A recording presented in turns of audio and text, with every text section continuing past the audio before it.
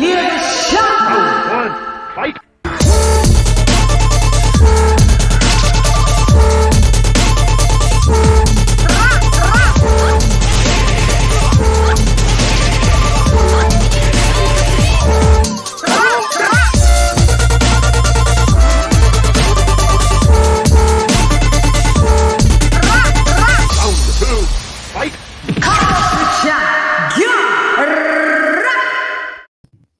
Yo, hey girl, it's LadyChann rep nonetheless, and welcome to Come Box with Chan. Slightly later state,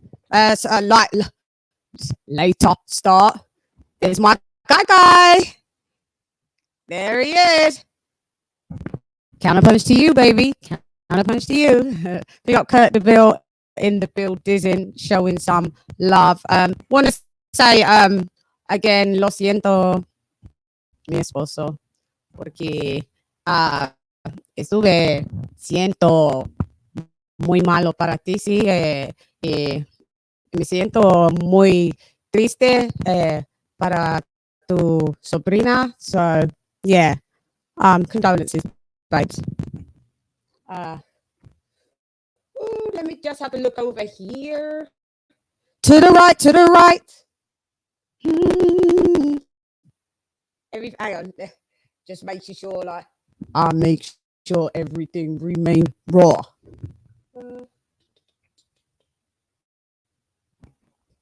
Okay. Gotta see what's going on. What's going on? I'm a getting come, you know what we soon done.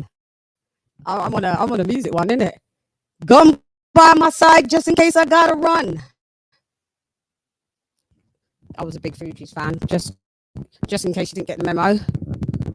Let's tighten things up. Oh no, I ain't got lip gloss on. Right, we'll be starting. This is the weekly wrap-up show. We're gonna be covering what's happened at the weekend, over the week in boxing, you know, the fights that we had, the fights that we kind of didn't have as well. So yeah, just making sure everything remains tight around here. Yeah, no? Okay. I know you're like, come on, Chan. Just let a bitch breathe. It's hot as fuck in the UK. Hot as fuck. We get 3 days and then it turns into shit. So enjoy it while you can. So we have Super Chat. Boxing Wave. Thank you for the $9.99 super chat. Massively appreciated. Let me just say hi to everybody that's in the building. Yes, we got my guy Ronald Finkley. Charlo. When I type out in the chat, that's how I'm saying it. Lisa Queen Bizales. Abdul. Stephen Rose. Who else have we got here? So we got the Boxing Wave. We will put you back on for Alex Cummins. I'm here, Boxing Wave. I'm here. Shelton the King, Mizor, Counterpunch Boxing News. Okay. Hey, okay. I know it's just over at Coach Malachi's. Do you spot the resemblance of we be rocking the DDS today? He rocked it well. Looked good on him. Mal had if he comes on, I don't know. We'll see. We'll talk about it. But let's see what we're doing now. Right. I'm introducing the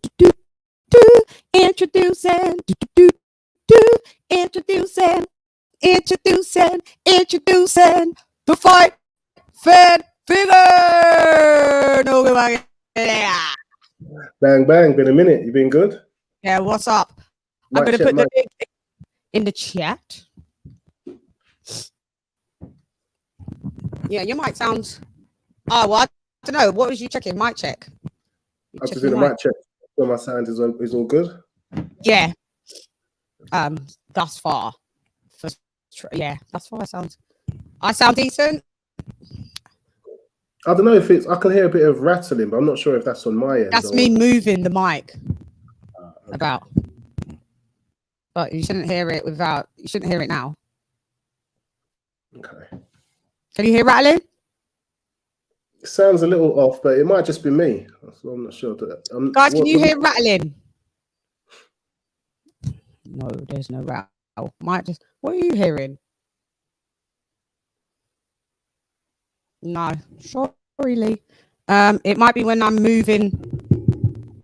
That could be that, but I don't hear a rattle. You guys hear a rattle? Let's check the mic. You guys hear a rattle? Yeah, Apple can hear it. Apple said he can hear a crackling. A crackling.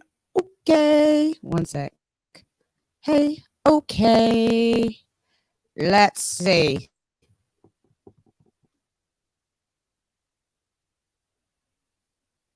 I think maybe the mic may have been too high. Let's just test. Oh yeah, that's gone there. No. Oh yeah, the mic was. I think the setting would.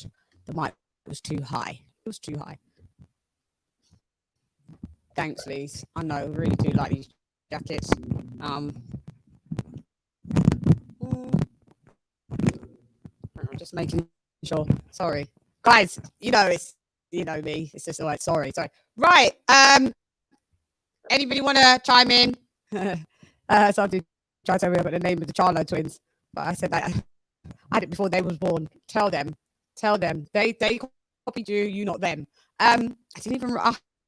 Damn, I didn't even have my notes. I didn't make any. Let's just have it right.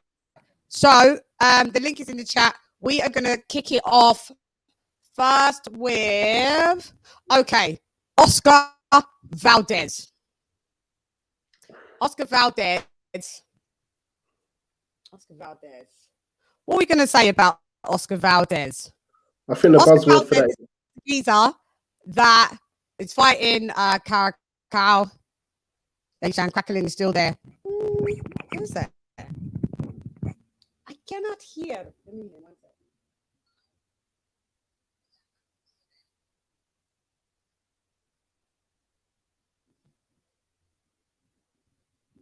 On this side, yeah. So yeah. I've just checked the sound. Not on this side, but he's the guy that was fighting Contra Cal, Contra Chow, Contra Xiao. I don't know how you pronounce it because it's a Portuguese name. And so he pops dirty.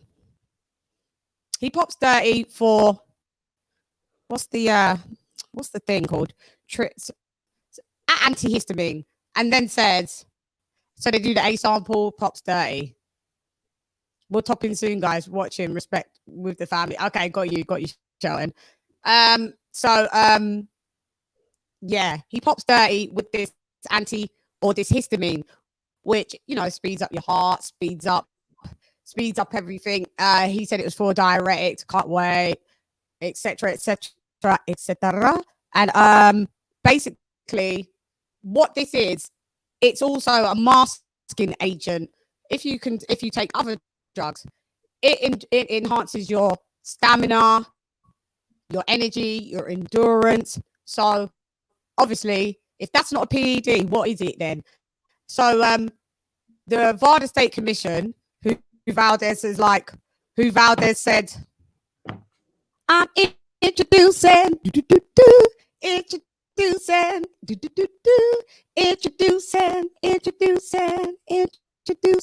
the boxing wave. Hope I don't see any obsolete photos, because I was like, I haven't had this person on, but thanks to the super chat. What's up? Welcome, Boxing Wave. What's good? What's up, everybody? What's going down? Oh, it looks really nice. Where you at? I'm in New York, but I'm in in the suburbs. Yeah, upstate. Yeah. So, yeah. It looks like England. That's weird. Like I'm in my dad's right now, just chilling. I was listening. I saw that you was doing a video, so I was listening. I was like, let me jump on. I had nothing going on right now, so why not, eh? Why not come through like the Mayan? Woo! Why not, eh? Come through. Yeah. So we're topping it up about Oscar Valdez. Yeah. So basically, he says he drank it in tea. Where's the tea? Where's the shop. Take me to the shop where you bought the tea. Show us. That's what I need to go to that shop. Show me the tea bag, or at least put, like, how comes this is, and then WADA or whoever, is this WADA, Yada, Sada, Gada, Lada, Mercy. It's just like all different orders, yeah. They've all been, they all trump VADA all of a sudden. So USADA, I think, said, yeah, he can fight under the Yaqui tribe. And he is still fighting coming this weekend. And he said, oh, why would I take, I've never taken a performance enhancement drug. I was the one that got VADA involved.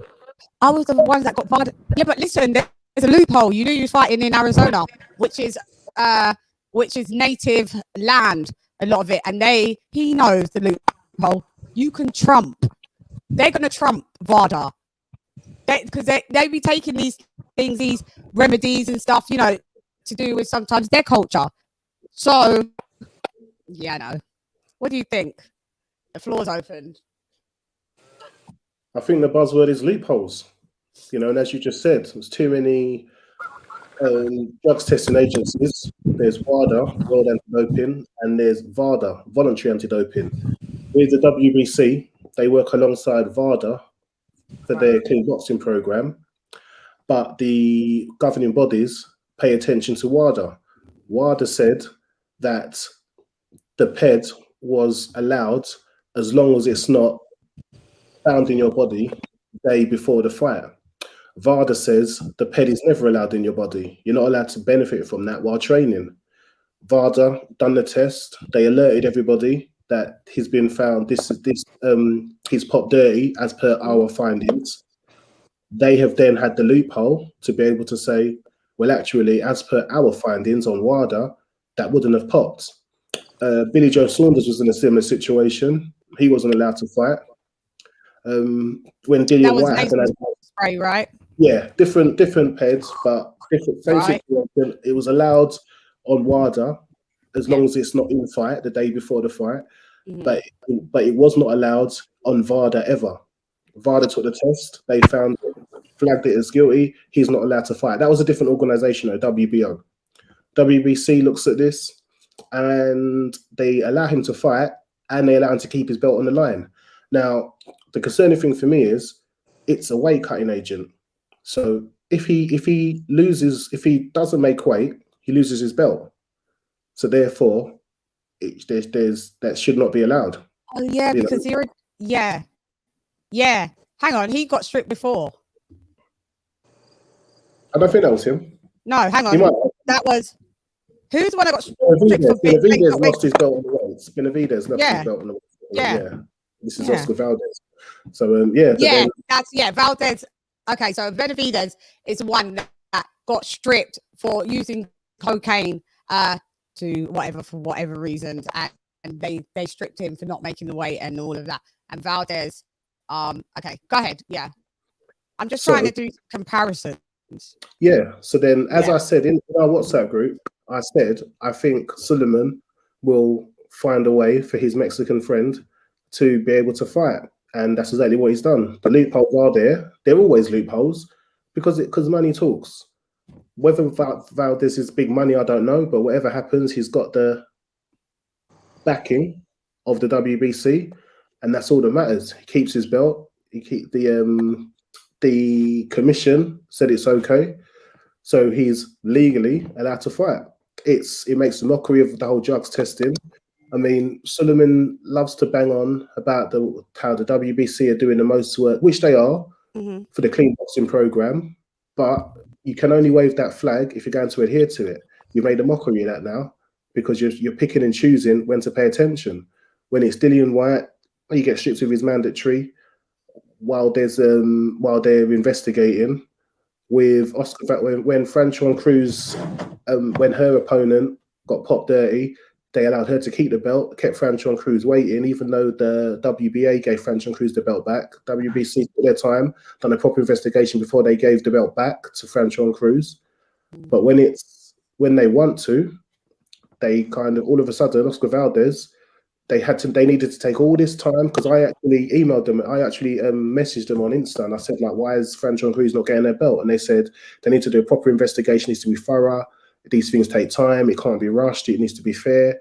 But with Valdez, they've managed to somehow get this amazing investigation done instantly. So it can't take months and months for your champion, who's always been clean in Franchon Cruz, to get her belt back when she lost to a fighter that was then found to be doping. But you wanted to go through the procedures. But when it's Oscar Valdez, who is the current champion, who has been found guilty for a weight cutting agent, that would have meant if he never cut the weight, he would have lost his belt. But he's able to go and defend his belt, and their investigation was rapid and quick. It just screams hypocrisy. It screams favoritism, and it's left a very unsavory taste in the mouth. But order in the court. Order. Yeah, you're right. It screams favoritism. That was so British. It screams hypocrisy. Sorry, you just brought me back like to court days. But anyway, I'm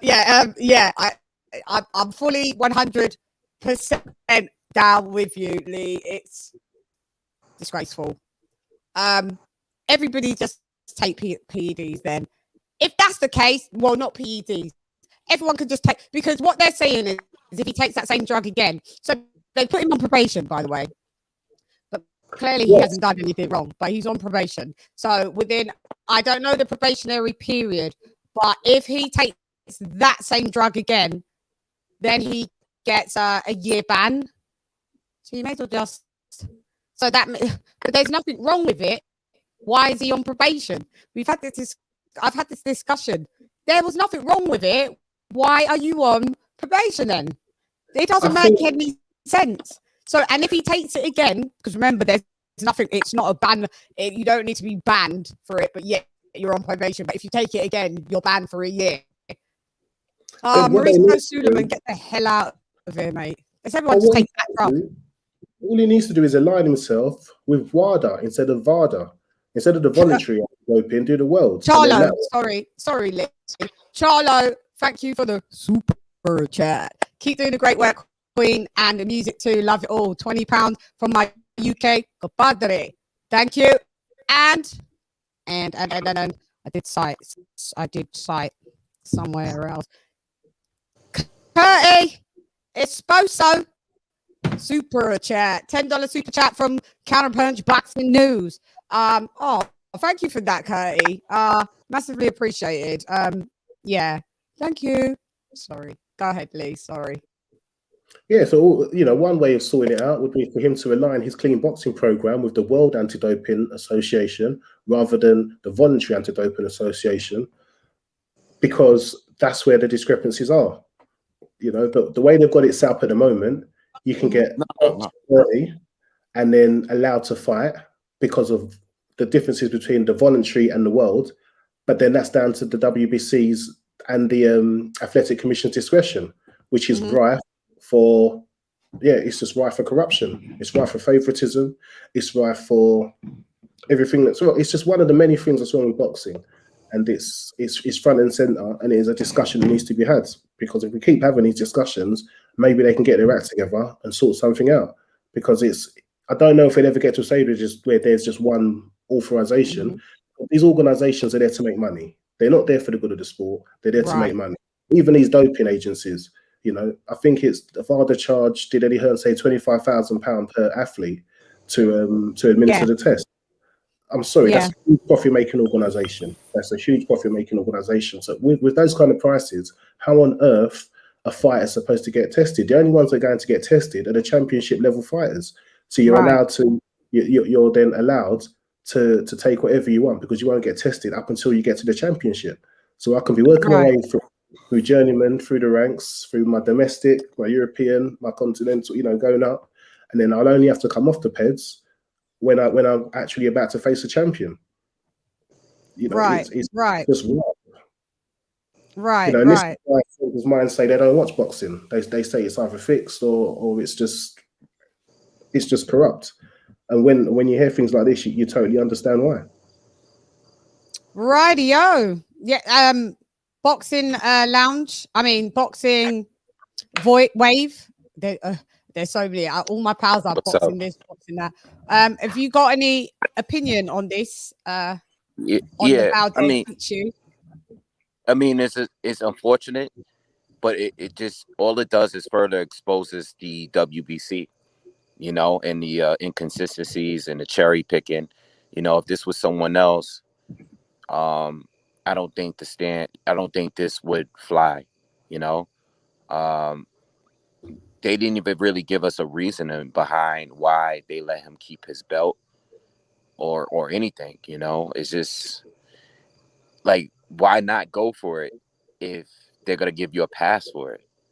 You know, you're supposed to receive some sort of punishment. You know, I think if you're gonna let the fight continue, because as far as I'm concerned, Conceição wanted to still fight him, but he should at least be stripped. You know, I mean, if Conceição were to win this fight still, then maybe, yeah, he should be champion, but Valdez shouldn't keep the belt. You know, if guys like a Benavidez can get stripped for marijuana and still marijuana, I don't know why this guy can't get stripped, you know, for this this drug that he took. You know, and people try to water it down and make it seem like, oh, it's just a weight loss thing. Pause. You know? Pause 1 second. Yeah. We just have to introduce. I'm introducing. Introducing. Introducing. Counterpunch boxing news. Cut the Ville. Kaboom! What's up, Esposo? Everybody on the chat, salute. What's up, Kurt? How's it going? What's up, happening? man? How you doing? Happy labors. Happy labors Oh to yeah, you, bro. it's a holiday for you guys. I forgot. Yeah, it's a holiday for them, Lee. Lovely. Yeah, it's a holiday here, unfortunately, today. Yeah. How are you? Well, I know, but you know. I'm doing, you know, but it's all good. It's been challenging, so the challenge is on, you know. It's nothing like a good challenge. Fuck. I know. I know. Nah. Haven't spoke to you in a bit. Everything is good. Everything is good. We'll chop it's good enough to talk about some debates in boxing. So I'm so glad you came through. I'm so glad you came and joined. I wasn't expecting. Que bueno. What's that? So, yeah. So we're gonna let boxing wave finish off what he was saying, and then I want you to chime in, Curtie, and tell me what you think about this Val trash. Yeah, I mean, listen, I'm not supporting the fight. I'm not supporting the fight at all, you know, because it's like he should have at least been stripped. You know, you can't let people get a pass for this, because what if the next one does it? You know, I mean, something that important, you just can't give somebody a pass. What are the rules there for? What is the clean boxing program for if people are going to fail these, you know, pop dirty and still be able to defend their title, you know, or be able to fight or whatever, you know? And I'm glad that Tim Bradley and Andre Ward said what they said. You know, they're calling it out. Listen, we're gonna do the commentary, but listen, we're gonna be real about it, because they could have easily just kept quiet and let it pass like anybody else would. So I'm glad that they addressed it. And that's it, man. And it exposes not just the WBC, but exposes a lot of fans that are defending Oscar Valdez right now, because there's a lot of them out there that are defending this stuff. Right. And this all right, let's get Kurt's take on it, and then we'll see where now I can see where everyone's at, and then we'll go in. Go ahead, Curtie. Well, I don't know your view on this. No, actually I do, to a degree. I do, because but go ahead, because I have caught up on some of I think I did watch a counterpunch on this, but I just want to make it clear. You can make it clear to this audience what's up with all of this. Can everyone hear me okay? Yep. I can hear you. Is my audio bad? Right. Is it good? Because someone said it was scratchy. I mean, because it was kind of blocky. Yeah, it was kind of Oh, okay. blocky, or whatever. Oh, okay. But no.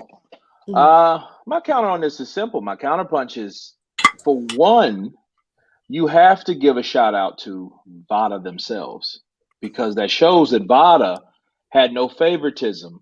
They didn't go to Mauricio. They didn't go towards anyone else. They did the job. That's how we found out he tested positive in the first place. Because a lot of those things, if they were that huge, you would have never heard of Canelo popping for clenbuterol. If it was that huge, you wouldn't have heard about this at all. If it was just this Team Canelo and this consortium of powerhouse fighters that can do whatever they want to do. Well, a good thing is VADA's not under the take of the WBC. The WBC hires them to do the job, and they did it. So because we at least we know, hey, there's wrongdoing, right? We know there's wrongdoing. So at the end of the day, hey, you guys tested positive for whatever you tested positive for. So, and then I also want to add, it's more than just a cutting agent. Okay, Victor Conti mentioned that it increases your stamina, it gives you more energy. Then you can cut damn weight. So I mean, it's a lot of perks to taking this stuff that's supposed to just been found in tea. So what tea? And like Box and Wave, that's why I jumped on here. Shout out to Box and Wave, because where was the negotiation for me? You didn't even jump on for me. You jumped onto Boxing Wave. I'll get you afterwards. We'll speak. I dropped it. I'm kidding. Let me counterpunch. I dropped that dub for you. I dropped that. Dub. That half a dub. Dub. No, yeah, on your girl. Yeah, for real. All right, you counterpunch that. Go ahead. But the thing is, the reason why, what happened to the investigation between the tea and what's supposed to be in this herbal tea and what was supposed to be in this system? Where's the connection? Have we heard anything? I mean, have anybody heard anything about, okay, well, we've checked the tea, and then the tea actually had some kind of percentage in there, and the percentage it does kind of verify that he could have taken enough tea to qualify the amount of the, you know what I mean? You don't hear none of that. It's bollocks. Where's the tea? Take me to the shop where the tea is. Yeah. What is it? Some kind of, what? Chicano tea? Or what? PEDT. Ped tea. Give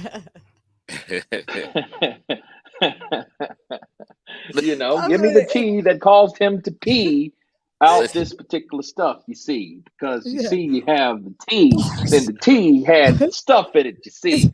Because bars. We got bars. We got bars. That is bars. I figured they had it. Seriously, I think they had it all figured out, because they took how many days they took to address this. I think at that point, the investigation, there was no real investigation. Like, listen, we're gonna just go with this T thing, and we're gonna come up with this final decision. Right. We want you to keep the belt.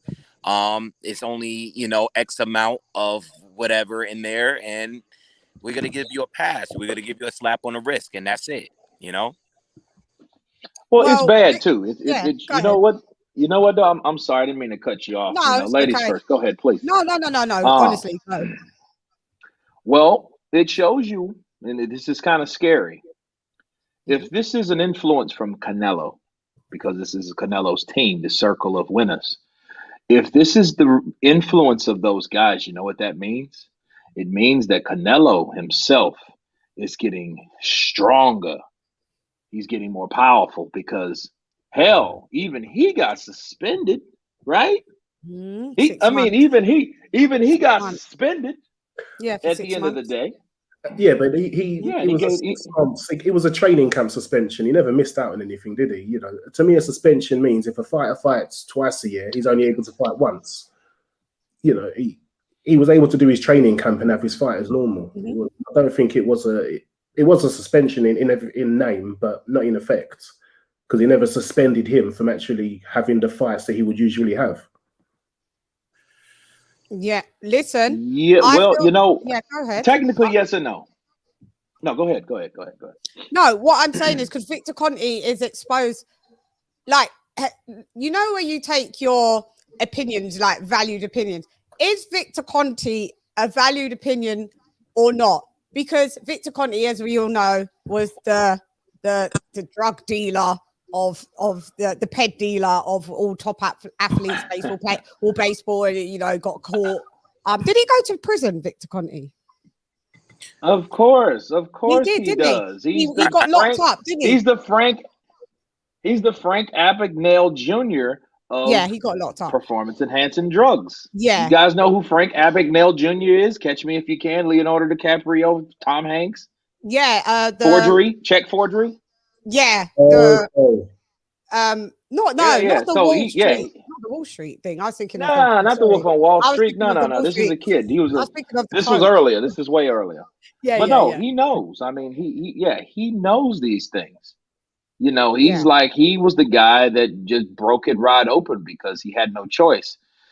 Because, you know, he had to, you know, bargain with these guys because he was dead to rights. So now he's coming clean. He's like a Martin Carefoot. Mm-hmm. I think Let me stop. regardless Go. of reputation, regardless of his reputation, I think he is someone that we should still at least listen to. You know, however we're gonna feel about I it, think so. Mm-hmm. definitely listen to him, because if anybody knows, he knows. You know, so I'm not saying that, you know, if he says it, that means that's the final word. No, but I think we should definitely listen to him whenever he speaks on these drugs, because if anyone knows, he knows. And him being a part of that snack, you know, the whole snack thing, you know, and a lot of people are responding, or a lot of people that's defending Oscar Valdez right now are bringing up Caleb Plant, who made those those comments, and they're saying, well, you're part of Snack, you're part of Victor Conte. It's a contradiction to say that you're against this, but you use a supplement that he provides. So, you know, and that's what a lot of people are saying right now. But I think we should still listen to him, you know, regardless of how you feel about him. I think, you know, it's just I do. have at least an ear for him. Yeah, for sure. Curty? I mean, he knows. How He credible knows is how it? to cheat. He knows how. He's very credible because he was the one that was probably the best at it besides Angel Memo Heredia. You guys remember him? The guy that he used to. Well, Memo Heredia was Angel Memo Heredia. He was a guy that did the same thing Victor Conte did, but he was doing it in an Olympic. He was able to give people, distribute people drugs undetected. And he testified also in court. So, yeah. Then he comes back. There's more. He comes back and then he starts training like big guys. Juan Manuel Marquez. When Juan came in with the shit on his chest and not dropping Pacquiao to the ground and then knocking him out cold with the same right that Dennis Ugas was hitting Manny Pacquiao with all night and he wasn't going nowhere. I'm just, you know, but I'm just saying, same guy. Yeah. I know. So okay. So Lee, what I'm saying is, how hypocritical is it with the snack team that's with the Scarface of PEDs, the former Scarface of PEDs, now calling Valdez and the Reynoso camp basically the kind of crackheads of boxing right now. That's team crackhead a bit, isn't it? Like you're the nitties. How dare you? You better get that right, LadyChann. What? It's kind of because you can't say crackhead. You better say Conte's the dealer. Conte's the former dealer, Scarface, and those are the kind of crackheads now. They're that Camp Reynoso don't look clean, do they? They look like the guys that are wandering on the street asking you for $1 or £1. But they're just boxers. I don't know about on the street. Them the guys you go to when you want it. Why have you paused? You on pause? Hold on. Wait, I'm connecting my Oh, okay, but we can still hear you anyway. Yeah, no, but what I'm saying is that team is dirty. That team is dirty though. So, New Media Today, USA Boxing. I love the jacket, Shan. all good. It looked really good when I look wearing it. But you've got your jacket's different because you've actually got the logos on the arms. I don't have the logos on the arms, so there's slight differences. Yeah. So big up, Mal. All day, every damn day. Where are you anyway? You chilling? You I was just going to say that, like a villain. Wait 1 second. I think I saw another super chat. Charlo, I totally agree. How can someone be on probation and done nothing wrong? It don't happen in normal life now, does it? Unfortunately, it is, but it is, isn't it? Yeah. And you've dropped a dub on your girl. Yeah. We have to just do a little UK twist, a little twist on it. We are British at the end of the day. Thanks, Charlo. Charlo, you be racking them out, ain't ya? You be racking them out. Thank you. I massively appreciate it. Yeah. Who's those love eyes for, Finkley? Big up Ronald Finkley in the build, Dizin. Yeah, go ahead, Lee. Yeah, so if we go into, especially anyone in Team Snack, if they're going to be pointing fingers at Team Renoso while you're in a glass house and you're throwing stones, that same intention's got to turn right back around to you. You know, and that is, and I think Green Like You was saying it, you know, many of us don't have the same energy. Like, if it's a fight we like, we kind of accept their excuse. And if it's a fight we don't like, we raise hell about it. You know, I mean, every kind of scenario is different. But if we're going to go wild at the WBC for allowing Valdez to still fight, you know, we've got to try and keep that same energy, even when it is our favorite fighter. Bruv, the same energy is everybody. If you want, take. But I would like to know in another state that isn't Arizona, for instance, if they were fighting in New York, and this was obviously for this WBC title or whatever, and VADA testing was implemented and he popped dirty there. What would have happened because there was no USADA or WADA intervention?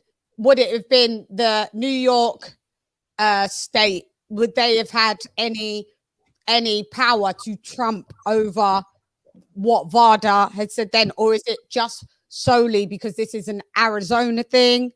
Do you understand? Because then it just makes me know, like, if Valdez knew that Arizona had this policy, to me, it goes right back to being in a loophole. I want to know where the tea's from. I want to know the tea's name. By the way, when you drink tea, you must have been drinking hella tea for that to show up. Hella tea. You must have been drinking about a gallon, because once you drink tea, yes, stuff can stay in your system, but you pee out tea, and we need to they test like what the consumption levels of what you've digested to what has been shown up to make a comparable answer to see, did you really eat wild boar meat for that to show up? Because that must have meant you ate 20 pigs for that, which is unfeasible, unrealistic. So to me, it's all been super swept under the carpet. But we haven't heard Consacao say anything. Does Consacao not mind pedded up? Do you know what about Consacao? What I found out as well. Consacao beat Valdez's ass in the Amis, so that's why he felt that he needed this perk. I don't know if a lot of people didn't know this, but yeah, Nugent, yeah. He just he was one to opportunity. I never heard of him until like this fight was announced, and I went back and looked at his fights. Me either. Yeah, but and then I found out there's highlights of him. There's not many videos of him, on YouTube and stuff. But he looked like he could fight.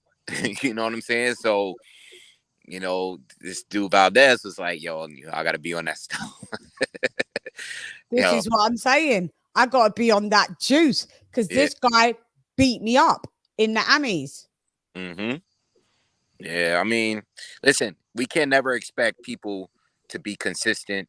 You was mentioning something about that before about people being consistent and stuff like that, and it's never gonna happen, man. When it comes to fighters, certain fighters, favoritism and biases and stuff like that, you're never gonna get it. You're never gonna get it. I put out a tweet earlier, and I don't want to completely change the subject, but since we talking about that, um, Josh Warrington, and his fight, and I personally believe some of those headbutts was intentional.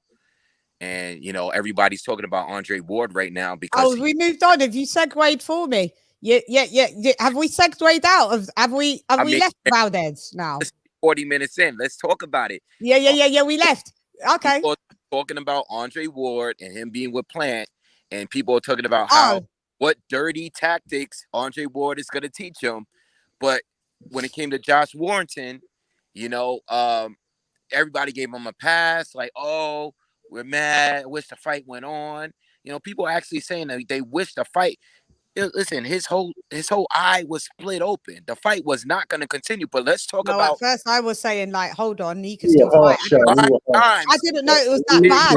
I didn't know it was that bad. I didn't know when I've seen the clips. I've seen it. It is literally split from that side to that side and opened. Yeah. Yeah, and Laura was telling the ref. Laura was telling the ref since the first round, yo, watch his head. And the first couple times, they did the fist pump and whatever, everything was cool. But then he went into the second round doing the same thing. And I'm like, oh, okay, but he gets a pass for doing that, Mm-hmm.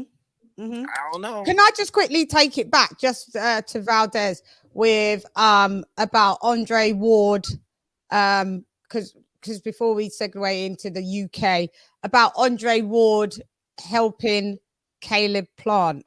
Hmm? I've been on record and I've said it.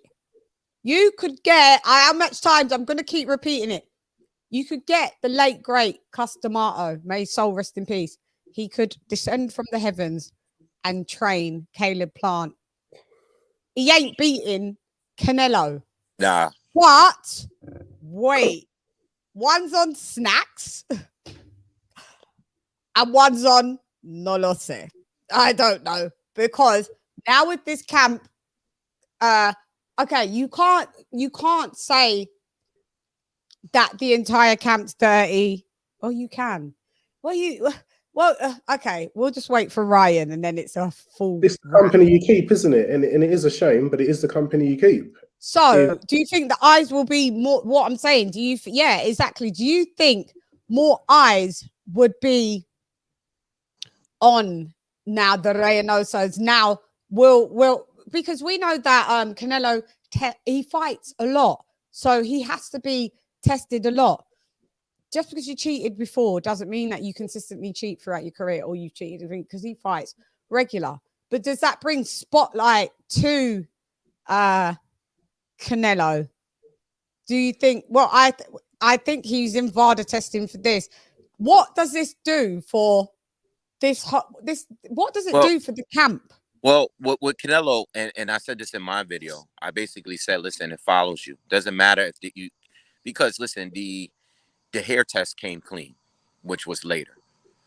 At the end of the day, people are not going to care about that. They don't care about what comes out later. They care about that first failed test. Ahora. And they're going to follow you throughout your career. People will bring that up every single time. They'll be like, oh, nah, they cleaned it up. Listen, boxing fans don't trust boxing. They don't trust the sport, period. It doesn't matter who it is.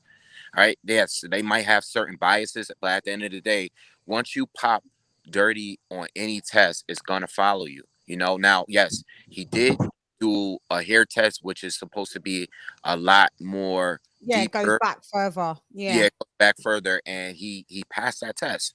So people are going to say, listen, he's clean. He's been done. But people are always going to remember that first failed test at the end of the day. They're going to remember that forever. People will continue to bring that out. So as far as people watching him, I mean, listen, I think I personally I like Canelo. I mean, when I say I like him, I mean, I like what he does in the ring. I don't care for what these boxers do outside of the ring. I like the fact that Canelo has fought some really, really good fighters over the years, and I think that's part of the reason why he's going to beat guys like Plant, because as good as Plant looks, he hasn't been tested at all. You know, Canelo's been tested a dozen times at least by this point. You know, so I think he's still going to win.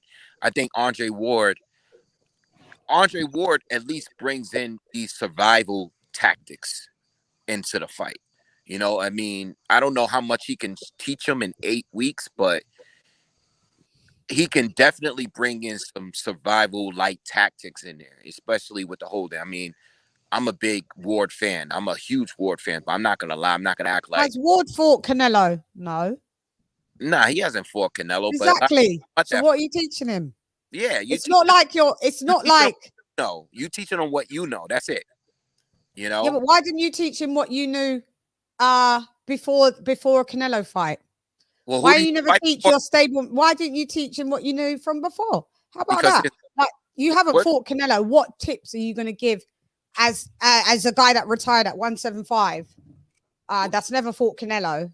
Tips on what? I don't know. I mean, who did Plant fight though, and for someone to come in and step in? No one. Nobody. Nobody. You know, I mean, when Joshua lost to Ruiz, there was a whole long line of historic fighters raising their hand like, "Yo, I'll help you train." And Floyd Mayweather came in for a bit for Pulev, and he obviously never fought Pulev before. Yeah. Yeah. They came in to train, or for them to talk business and stuff. Was it really a training thing? He just showed him how like the Floyd Mayweather pull counter was to do and AJ pulled it off on Pulev, but I think maybe it was more business. I don't think it was little Floyd Mayweather to train 240 AJ. Yeah, I doubt that. Okay, so Andre Ward and so Devin Haney also calling out, and then you've got Ryan Garcia and Devin Haney going at it. What this is, don't you see the mess this is created? It's pretty divided. His mental health is cleared up now. Is he back on track? Yeah. He's back on track, calling people names. You know. Listen. Yeah. Listen. 135 is a mess. It's a weird division. I said this on this video I did yesterday. Yo, the fact that they called these guys the Four Kings is so disrespectful. It's so disrespectful. Leonard and Hagler and Durant. No one takes that seriously, though. Nobody takes that seriously. It was more in hope. They were in hope of them actually. My friend said, "Call them the Four Princes." That's what my friend said. Not even that. They're not even. That's too high. That's too high. Princes is not that high. Not even the Four Knights. No, it's the Four Barons. Knights are gallant. They're not gallant. Lower down the feudal thingy. The Four Barons, maybe. Not one of them. Not kings. Not one. All we got was Teo against Loma, and that's it. That's the only big fight that we got as far as 135. That's the only. Tank ain't fight nobody big at 135 yet. He fought Gamboa. You know, Haney. I love Haney. I love all of them really, but Haney fought Linares, who was already he's already on his way out the door. You know, Brian. He got mental health issues. He's bragging about his Instagram followers, but he's using depression out of the way as an excuse to get out of a fight. These are not kings. They're not even princes. If they fought each other, if they fought each other and had tough, meaningful fights, I'd happily join them in. Yeah, next generation of kings. I'd happily accept that. But they're not fighting each other. We've only had the one. Fighting shit, mate. Only had the one. Lomachenko and Lopez. That's all we've had. It's not enough. I'm done with them. I'm done with them. Okay, let me just answer Charlo's question. What do we think about the Alphabet Boys saying Canelo going to pull out for what Plant is saying about him? At this point, you know what, Charlo? I don't care. I'm sick of these not fighting. We're calling them not fights. I don't know if they was ever fights in the first place. It's always back and forth. If you notice, I can't even bother to do news reports on them consistently. I'll give you the the front end, and then I may give you the back end. You guys fill in the middle, because I ain't got time to be like, hi guys, back again now. LGBC saying that they're filling out to, they're finna pull out this, and hi guys. So Canelo said, and hi, just tell me, are you fighting? A little discrepancy here, and then we want to get to the fight. I ain't going back and forth with you. Ain't going back and forth for you. Living my best life here, attempting to. Yeah, like, but 135 is a mess. Sorry, I just kind of digress. It's a mess. He's not pulling I mean, out. it's got such potential, and that's the annoying thing. Same as 147. It's got such potential. 140 stepped up, made their fighters fight, but 135 is a huge and sorry disappointment. It's a huge and sorry disappointment, because, you know, there's so much potential there. Nobody, even if they fought each other and one of them lost, yeah, we would still say they was in tough, meaningful fights. You know, their reputation wouldn't exactly be in tatters. You know, if you lose to the best in a tough, meaningful fight, you've only lost to there can only be one winner. You know, I just don't understand why they don't take the fight. I just do not understand it, because we see time and time again, people get popped dirty, people lose, people have mental health and stop fighting, and these fights don't happen. You missed the opportunities. Well, but Muse just developing in. Actually, I watched this, so big up. Thanks, Kurt, for coming in. I know you wanted just to address that point, and then you had your bits and pieces to do. Thanks for coming through. But I did watch earlier on Kurt. He said, I think it was Kurt, that Teofimo, yeah, it was Kurt, that Teofimo has come out and said that although his dad a few months ago on Showtime was like, yeah, my son, he's gonna, we gonna fight Loma. Yeah, we definitely gonna fight Loma, because my son. All right, we know your son. Your son's just came out. Clearly, you don't know your son, because your son just said he ain't fighting Loma for no rematch. So your son all day long. Is he your son? Do you know him? Do you see similarities or parallels between the Lopez father and son and the Fury father and son? Yes, They're the same. Oh my God, the same throat. Their vocals, their vocal cords. Something went wrong. I don't know what it was, but it was something. It was something. It was something. It was otra cosas. Yeah, I think it was other things. Sorry, that's what I said. It was other things. Otra cosas. Yeah, see. He went. I don't know what it was, but it was other things. He went on live television and said, and shook a hand and said, like, "Yo, we gotta do the rematch," you know. And wait, my guy. That's another video I made. Like, yo, my fucking guy. If you're not gonna fight Devin Haney, if you're not gonna fight Josh Taylor, like if you're not gonna fight Tank because they keeping it in house. Julius, sorry. What are you doing? Like Julius is sent in to 2 super chats, and they've just cracked me the fuck up. So bring up Q Boxing Talk. He said, "Thank you for the $5 super chats, Julius. Tio Dad talk too damn much," and then he follows up. He follows up with they both got coke throat. Otra cosa, sí, ya tú sabes, otra cosa. My beers. Yeah, Ellos dos, otra cosas. I feel bad. I feel bad for Devin Haney because like nobody's gonna fight him, man. Ain't nobody gonna fight him. It doesn't matter if he is now in the zone anymore. Ain't nobody gonna fight him. Mm-hmm. Yeah, well, I was just saying with that news that Tio is not gonna fight Loma. What you doing, son? Like your dad said you was, and we was all geared up for you to do that. So you better fight the other cats in the weight division. Yeah. Or if you're going up to 140, like you keep saying, for real, you better try some gauging cats that we could say we know where to fit you in the world of 140.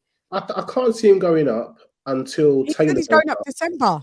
Until Taylor goes up. And unless Taylor goes up and vacates the belts, I can't see him going up. December.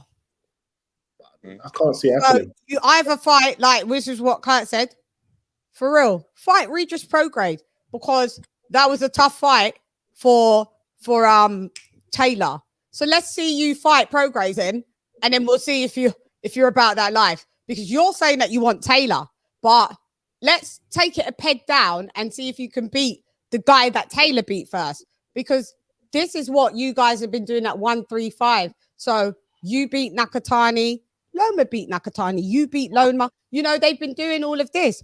This one beat Gamboa, I beat Gamboa. So, all right. For me, Everyone bar Linares and Loma. We didn't need to see two Gamboas. We really didn't need to. We didn't need to see two Nakatanis. Richard Comey, I'm always down for. I like watching him fight. But what I'm saying is, if you go to 140, let's see you do Progress.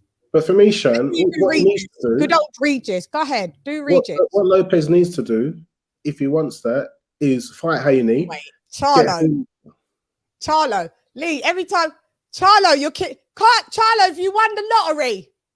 Charlo's won the lottery. Charlo, I see you over at coaches. You dished out there, but you know, to be honest, the dollars is cheaper for us, isn't it? We that gets for me. Yeah, look, Charlo, you dished out. Oh my God, that is what? How many dubs is that, Charlo? How many dubs? So a dub is a 20. 2.5. No, you for dropping that half a hundo.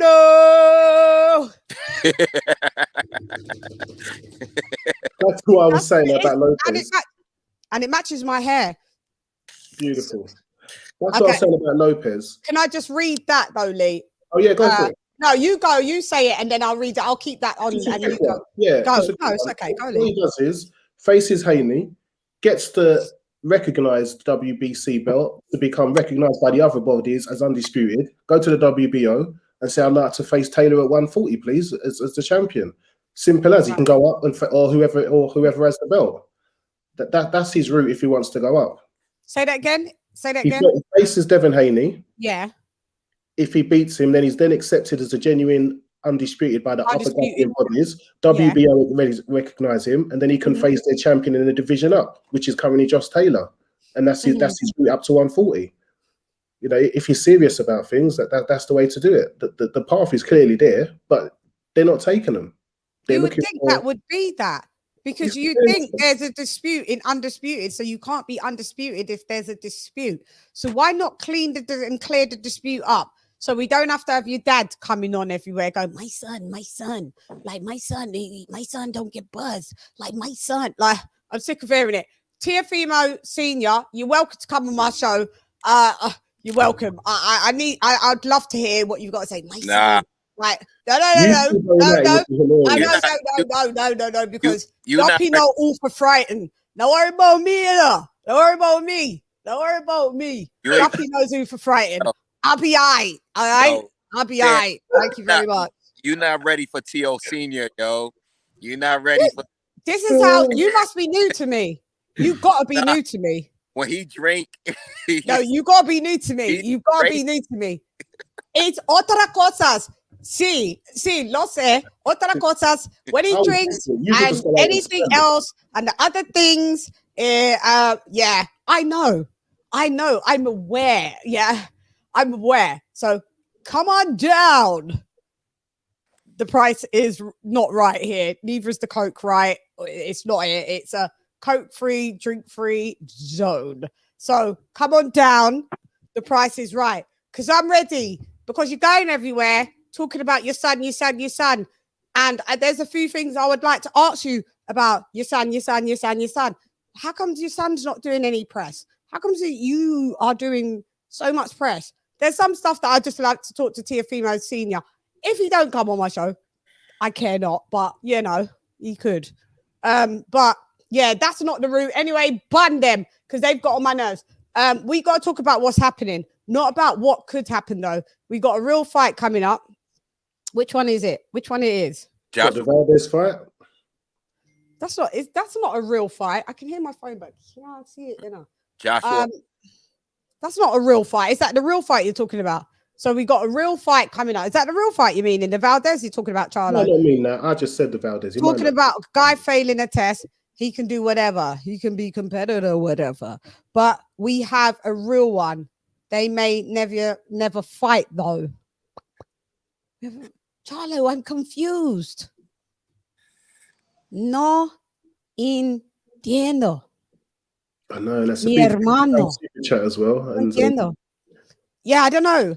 We got to talk about what's happening, not about what could happen though. Yeah, I know, like, we're not going to do the woulda, coulda, shoulda. Yeah, we're not going to do any of that. But what's the real fight you're talking about? Hang on, let me think. So we got Oscar Valdez. We've got... Who else do we do? That's this weekend coming up. Unless you're talking about Joshua Usyk. That's in a couple weeks. Charlo, rectify.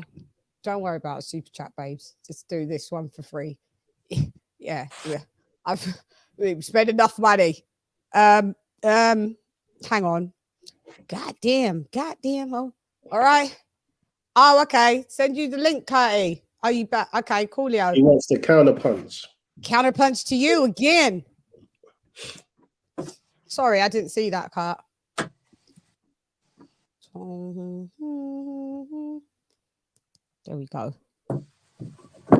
There we go, Kurt. It's in the chat.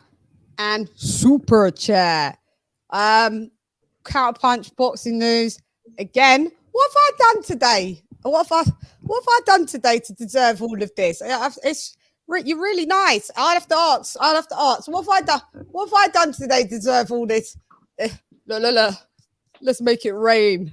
Maybe they know it's your birthday week. Maybe they know Thank you, Kai. Yeah, thank you. How will you say, Lee? Maybe yes, they know it's my birthday next week. And some birthday week. Is it next week your birthday? I thought it was this week. It's this week. No, it's this week, the 10th. My birthday's on the 10th. I never care about. I care about other people's birthdays more than my own. I've had one birthday party in my whole life. I was 4, and I was at nursery. And if you see the pictures, I was miserable. I was like, I've never been the kid that goes, Mom, can I have a birthday party? I'll go to all my friends' birthday parties. I'll support all theirs. But I've never been a big, happy birthday to you. It's just never been me. But hey, yeah, such is life. Go ahead, Curtie. From coming in with that. Duh.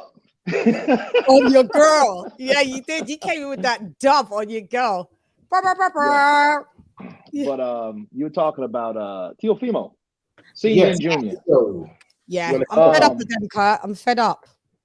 Well, I mean, I think you're absolutely right. I mean, he's not he's not listening to his father, because you imagine that conversation. Yo, bro, listen, bro. Bob, listen.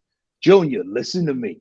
Bob's coming in with some fucking M's, bro. Hey, listen, he's coming in with some M's. You need to listen. You can beat the fucking guy. You did it once. You're going to do it again. Listen, I'll talk to him if you say yes. Yeah. But you say no. Okay. Well, listen, you want to lose M's. You want to fuck with a kangaroo bastard over there. You do what you want to do, Tio. You do what you want to do. But don't worry, Junior. We need to get these M's. I think you can beat the bastard. Again, he disrespected me, bro, and you owe me a knockout, okay? You know me a knockout. Yo, you said you were going to knock this guy out. Yo, listen, I've been telling people about what my son is going to do to this guy, and you went 12 rounds with this little bastard. I'm just telling you, bro. I'm just telling you. And you got Jules. The motherfuckers got coke throat, man. Motherfuckers got coke throat. Listen, Poppy. Listen Both to of them me. dudes got coke throat, bro. Yeah, I know. You know, and Leon just had to come off cam. I know. I know. Allegedly. Yes. If you come back on my channel, we out. Allegedly. Allegedly, there's some rumbles with this shit, mate. Because I don't know. You don't care. You don't give a shit. Yo, I don't give a fuck, bro. Motherfuckers got coke throat. You heard how he talk? These motherfuckers talk like they got chalk in their throat, bro. Motherfuckers got You sound like him. You sound like him. You him. sound like him. That Yo, genius. There was he you. sound- What He pulled you sounds off? just like Julio. He sounds What just like pulled you him. off? What You pulled you off? motherfuckers ain't noticed he got coke in his throat? Every time he talks, this shit's like, it's groggy.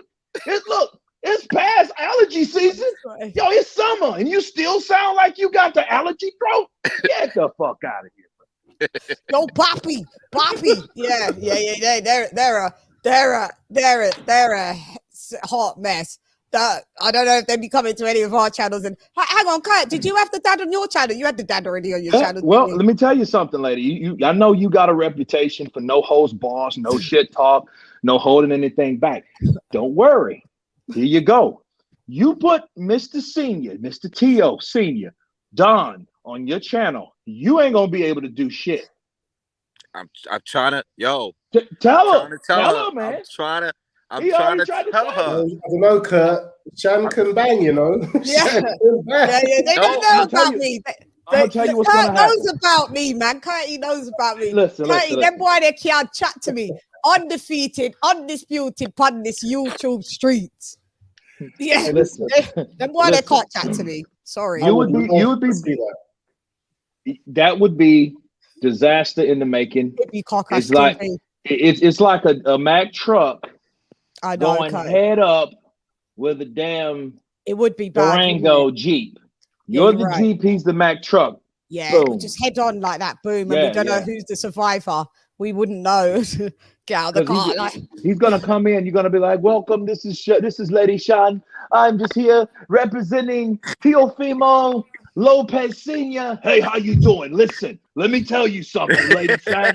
Let me tell you something right now. My son has never lost a professional fight. He's never lost a professional fight or round in professional or sparring. None of those. And let me tell you, I told my son, I raised my son like a seed, and he's been planted up a tough bastard because I did that for him. I'm the one that get him. My son will beat. You see what he did to Tank Davis? They tried to cheat us. We can beat him too. They don't want us. We asked Leonard Ellaby for the opportunity. They wouldn't give it to us. Floyd Mayweather, he does not want this to happen. He told me himself. I ran into Floyd, and Floyd, I don't even run real with that right now, because they're two fighters. I think they could meet each other on down the way. But like right now, we have to keep things in house. Well, so like I told you guys, this motherfuckers don't want to fight my son. And Lomachenko, the disrespectful little bastard, he didn't set the rematch. That's not my son's fault. We took the fight in good faith. So if we can take the fight in good faith, so could all these other bastards. You try to say something, but listen, my son will beat any of these guys. I don't care what you got to say. I don't care. My son will beat anyone that you mention. I know I got the accent. You're gonna talk about Josh Taylor. I know what you're gonna say before you say it. So you don't have to say anything about Josh Taylor. We're taking that motherfucker's belt too, and we're gonna take him down too. Regis Prograis, he can sit on there and swim on a fucking alligator's back for all I care. He's not getting the shot. You know who's we're going for? Huh? What about Haley? Listen, let me tell you something about he's an email champion, bro. He's an email champion. I talked to Bill. I have respect for Bill, but he ain't got nothing on my son. He ain't got nothing on my son. Yo, he got that shit. He ain't got nothing on my son, bro. He got that shit down to a T. You got it down to a fucking T. I should be dropping a half a dub on you for that. Bravo. It's not that at all. I listened to this fucking guy two interviews like this. Yeah, Kurt, because I watched the first one. It was like in lockdown times or something, wasn't it? The first one that you did with when you did with him, and it's when Kurt said, when he did the impression of me when I go to go, listen, let me tell you something. Let me tell you something. Before you even talk, I know what you're gonna say. It's crazy. Yeah, but you know what? As a father, you're supposed to be that passionate. Yeah. Especially course. if you in tune with the internet and you see what people say about your son, that gotta get you fired up. I'm done. Wait. It's not funny. You laughing at me? It's not funny. There's nothing funny about what I'm gonna say. You can sit there and laugh all you want if you want to. My son's gonna whoop every ass from there to over here, from over here to over there. Yeah, because it's so on point. It's so on point. All of that. I listen to and then he said, you know, they're a hell of a fighter. He's a hell of a fighter, and yeah. Hell of a fighter. My fighter, he's more than a fighter. He's a champion, Floyd. You better respect my son. Yeah, look, in all due respect, you're gonna respect my son. Because that's all he says. My son. He was on the TV the other day on a channel saying that his son's never been buzzed. Devin Haney's whack because he got buzzed. My son has never been buzzed in his whole career. Not in the amateurs, not in the pros. My son. I was like, this guy is tripping. He said his son basically walked on water and his son was Jesus. Basically, his son's done everything perfectamente. See, everything better. He's taking otra cosas, but you know, allegedly. So, but he's never lost, and he took Lomachenko's belt, so he's entitled to those that land his not Jesus out here. Your son's not Jesus. Who do y'all want him to fight? Who do y'all want? Depends on where he's going to stay. If he's at 135, fight Devin Haney and get it over with. If he's going to 140, fight Regis Prograis. You got Ramirez down there. Well, Josh, yeah. Well, look. He ain't done. You have to establish yourself at a place first. You know, until you start to gauge at the undisputed. This is the problem with that. I don't look at Teofimo undisputed at 135. I don't. And since I don't think it qualifies him to fight Josh Taylor, which is true undefeated. There's no one disputing his undisputed. No one can do that. But until you have Devin Haney walking around the WBC strap, he can fight him, take that belt. Like he said, he wants to end his career. So please, let's see that. You know, but those are the two fights I would like him to see. I mean, at 140, it's a lot. You got Regis Prograis, you got Ramirez. He could fight Ramirez, a guy like that, a tough, rugged guy. Yeah. That'd be a good fight, you know. But but Josh Taylor right now, I mean, if they can make the fight happen, I don't see why not. But I think it's a step too early for Teo. Yeah, because if he gets beat by Josh, the first thing people's gonna say he wasn't ready because he was small and he ain't got established no way. Okay, so yeah. What are you gonna say then? My son, yeah. After your son gets his ass whooped. Listen, my son wasn't ready. He wasn't ready. He took the fight because we want to be great. Josh Taylor come in at 162.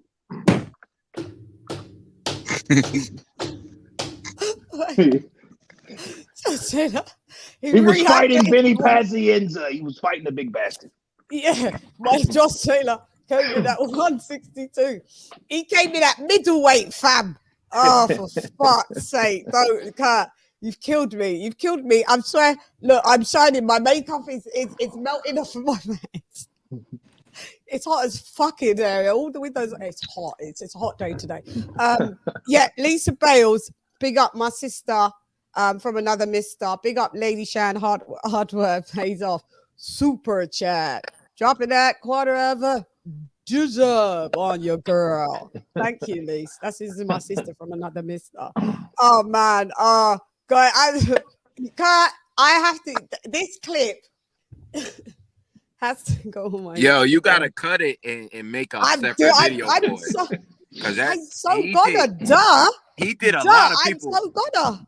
That was hilarity. Yeah, anytime Cat comes on the show, though, like, when he does when he does the impersonations, it's fucking. I don't know how you do it, but you do them to a teammate. Oh, can you do it? All right. See that you're here. Okay. See that you're here now. Okay. So I'm the interviewer. You're Andy Ruiz, right? Yeah, Curtie. Yeah. Okay.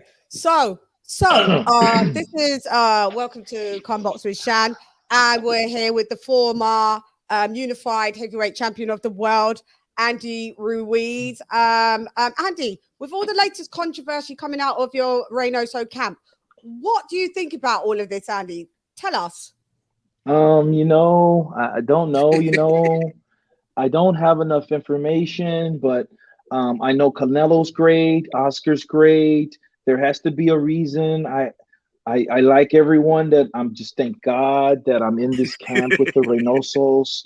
They've taught me so much. I've lost another 30 pounds, and I really just don't have too much to say about that. He says it's in the tea. He's a good guy. He works really hard. Him and Canelo, I've learned a lot from them, and that's where I'm going to stay. Okay, so that's where you're going to stay. So we've seen that you've lost all this weight. Are you drinking any of this tea? No, I don't drink tea. I mean, it gives me the shits. A lot of stuff gives me the shits, and I stay away from it. I don't really like that. I drink mostly water and electrolytes, Powerade, but no tea. no tea. No tea. But okay. I want to fight. I want to fight Anthony Joshua. If Usyk steps down, I will fight Anthony Joshua, and I hope Eddie gives me another opportunity because I think I can beat him, and we have a game plan with my team. Okay. All right. Well, thank you, Andy Ruiz. We've got an all-star lineup here. Deontay Wilder is also in the building, and the Bronze Bomber. The Bronze Bomber. We saw you doing a workout in the sea.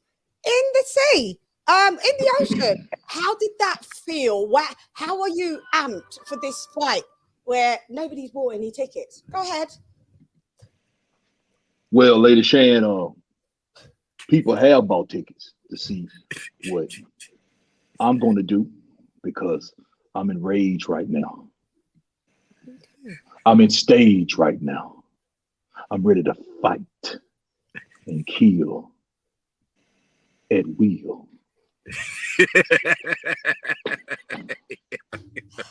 Okay. And I ain't saying no more. Headphones, glasses. Okay, so but okay, over to we're gonna go over to Mr. Bob Arum. So Bob, with all of this controversy yet again, Bob, where are we going with Caleb Plant? Where do you think Caleb Plant is going to go? Does he have a chance to beat Canelo, in your opinion, Bob Arum? Caleb Plant's a good fighter. I mean, hell, he's undefeated for a reason. I don't represent the fucking guy. I don't know anything about him. He grew up hard. I heard. He's a good fighter. He hasn't tested anybody like Canelo, and Canelo's a red-headed fucking beast. But at the end of the day, I have to take my hat off to both fighters because these guys are putting everything on the line. Give me some of that weed. Anyway, yeah, I'm back. Yeah. But listen, they're both good fighters, and I'm pretty sure they're going to put on one hell of a fight, and I think they're going to make some good business together. Okay, so, all right, so Bob, so where are we actually going with the whole Teofimo? Because his son. Listen. Go ahead, Bob. Let me tell you something. Teofimo Lopez and his father, they're in cahoots right now. When they find out and get this shit together, they can fight whoever. He has a mandatory with Cambosos. He caught fucking COVID. I'm double vaccinated, so I don't have to worry about any of this shit. So I'm good. But these guys don't want to take the vaccines. That's what you run into. Look at Tyson Fury. The bastard took one, and he didn't take another when he caught COVID. We can't do anything about that. Teofimo's a great star. We've rearranged his salary. He's a happy camper, and we will see what he's going to do down the line. I don't want to hear shit else about Teofimo. It's fine. And we've got someone else that has joined us. You know, I do enjoy his commentary. Undisputed, former undisputed heavyweight champion of the world, Lennox Lewis. So Lennox, we would like to talk about, you know, you said something in the past about certain shots being, you know, I don't know what you call them. Just please give my audience what you will call certain shots, because it may be new to the jargon of boxing and I may just not be up to speed. So if you could explain these certain new shots, over to you, Lennox. Oh, I don't know what you're talking about, Lady Chann. You're talking about a floating rip shot. Yeah, floating rip shot. I mean, that's been around since Jack Johnson. And, you know, you get caught with that shot, you're going down. That's what Luis Ortiz did, man. I don't know what you're saying there. I don't know what you mean. That everybody's asking about this shot, and I just don't. The floating rib shot is just one of the most powerful shots. And then, you know, Luis Ortiz has been around. I used to spar with him. He was a good guy. You know, he was in England, big up England, big up, and he was there with me, and we practiced the floating rib shot. Yeah, Alexander Flores, he deserves his pay. Lennox hates my guts. That motherfucker hates me. I know, but we've got one more person. Oh, hello there, Mr. Gypsy King Tyson Fury. So, where are we standing with, you know, yourself? Glad to see that everything is coming into fruition for you. You're looking like you know, you said that you was going to gain some pounds. How are you gauging this fight October the 9th? Are you actually really going to turn up? Let me tell you something, my sister. First of all, it's not going to be a fight because Deontay Wilder, once I hit him with the first blow, he's going to go back to the old Deontay. You can't treat your dog like that, a one-trick pony. You can't teach him new things. Look, the guy that's teaching him, I busted his eardrum, and he admitted it to everybody. I'm the Gypsy King. I'm the guy that calls the shots. I'm the Gypsy King. Deontay Wilder's a one-trick pony. That's all he has. He's a shithouse, a sausage. Yeah, you did declare him to be a national Alsa. dosser. Yeah. So basketball player. Okay. So what would be the game plan on how you're going to combat him this time, Gypsy King? Run right over the bastard. That's what I'm going to do. Like an 18-wheeler? Something like that. It's going to be like a gypsy wheeler. That's what I'm going to do. I'm going to show him what I've had. And we're working on one-punch knockout power. That's why he's been lifting weights and his legs are trembling like a deer, because he needs to worry about the big Tyson Fury coming near. Bars. And we're just Did going you to just finish. say, hold on, did you just say bars? Yeah, we said bars, but we rhymed. We just rhymed. So we're just going to finish up just again. Floyd Mayweather is re-entered back in the building. You know, Floyd likes a bit of the limelight. So, okay. So Floyd, can I have your prediction, please, on Valdez and Consecao, please? First of all, I want to thank God, because without any of this, without him, none of this would be possible.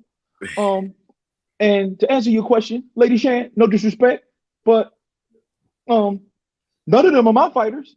So I don't have a pony in the show. The proof's in the pudding. I don't have no pudding.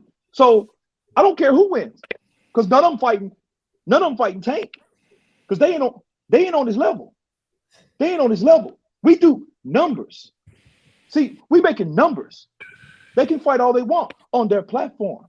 That's good for them in their sport. Okay. So I don't have an opinion. They ain't making me money. This is true, Mr. Money don't make me. Money don't make me.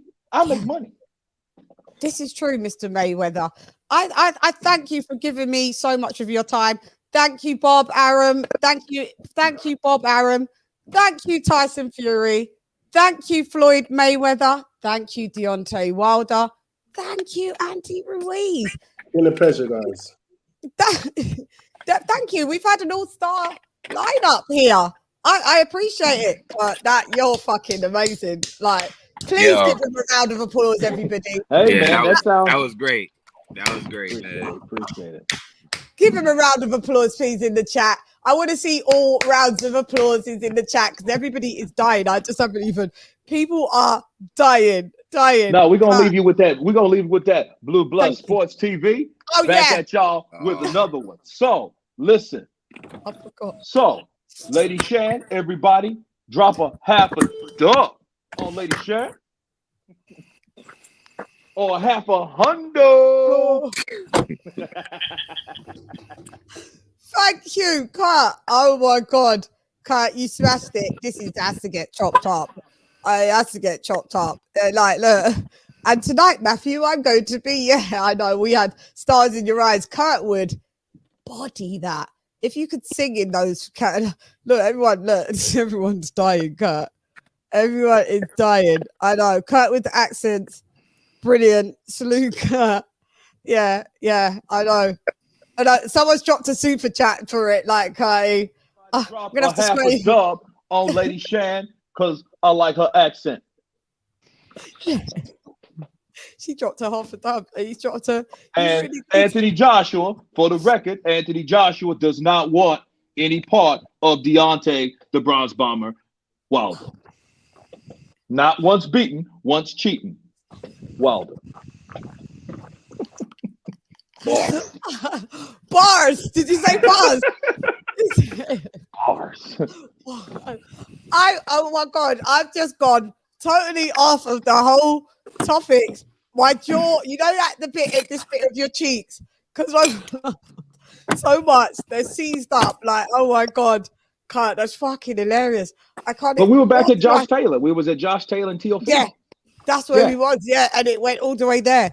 All right, so we moved to Josh Taylor, and then we bring it on to. So Lee, what was the? So we're going to go to the British fight card. Did you catch any of the British fight card? Boxing Wave and Curty. So did you catch the first fight? Let's talk about. Shall we talk about Conor Benn? The first one. No.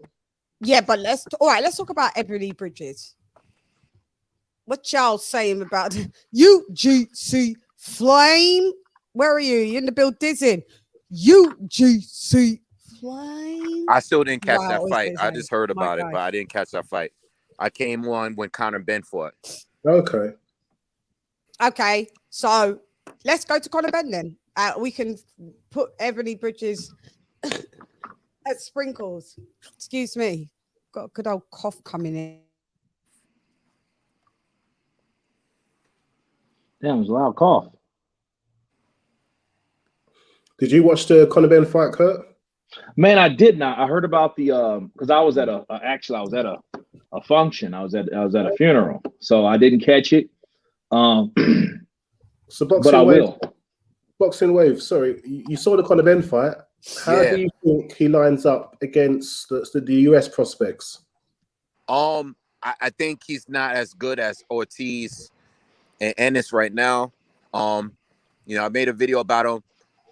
Listen, I think. I think it's one of those fights, man. It's just one of those fights that Granados never fights like that. Like him at the end and his coach, they weren't prepared. Granados usually engages.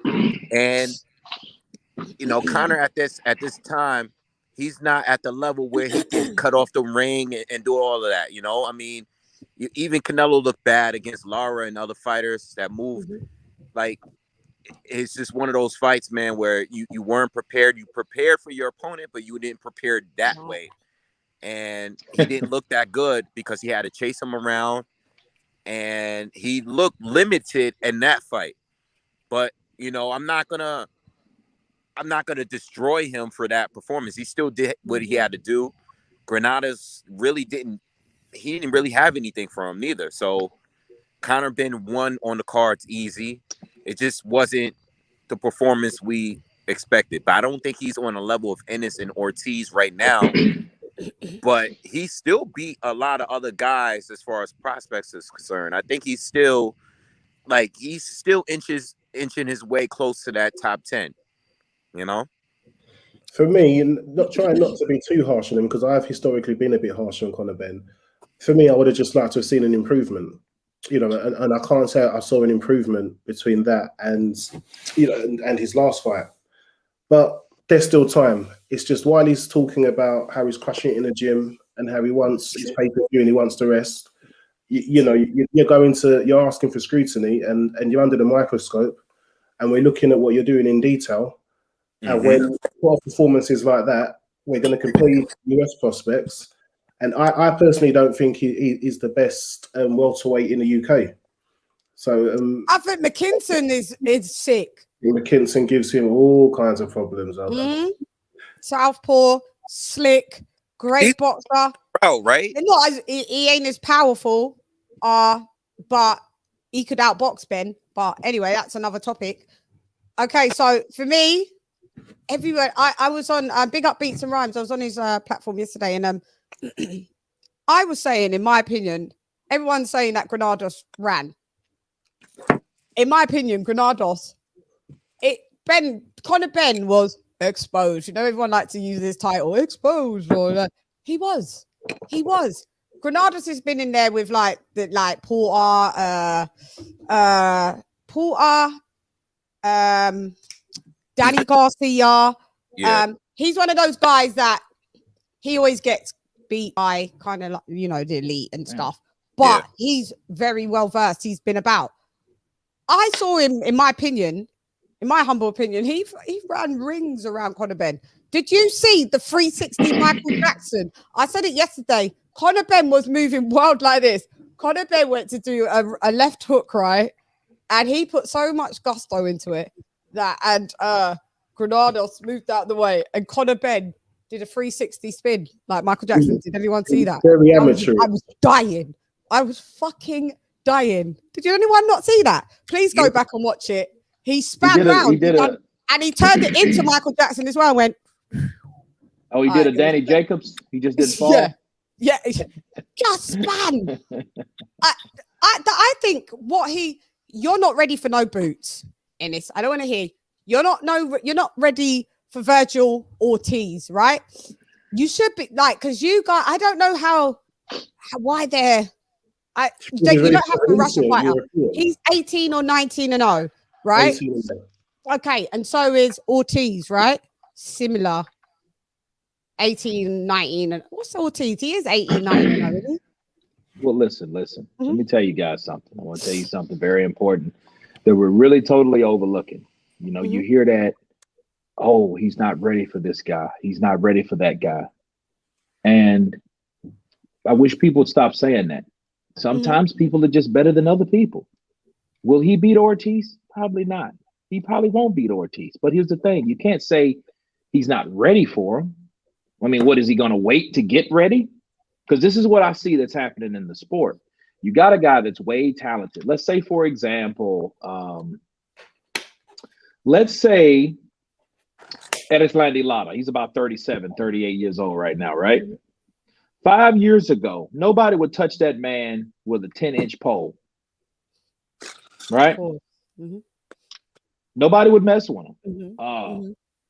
They would now because he's older. Yeah. That waiting game.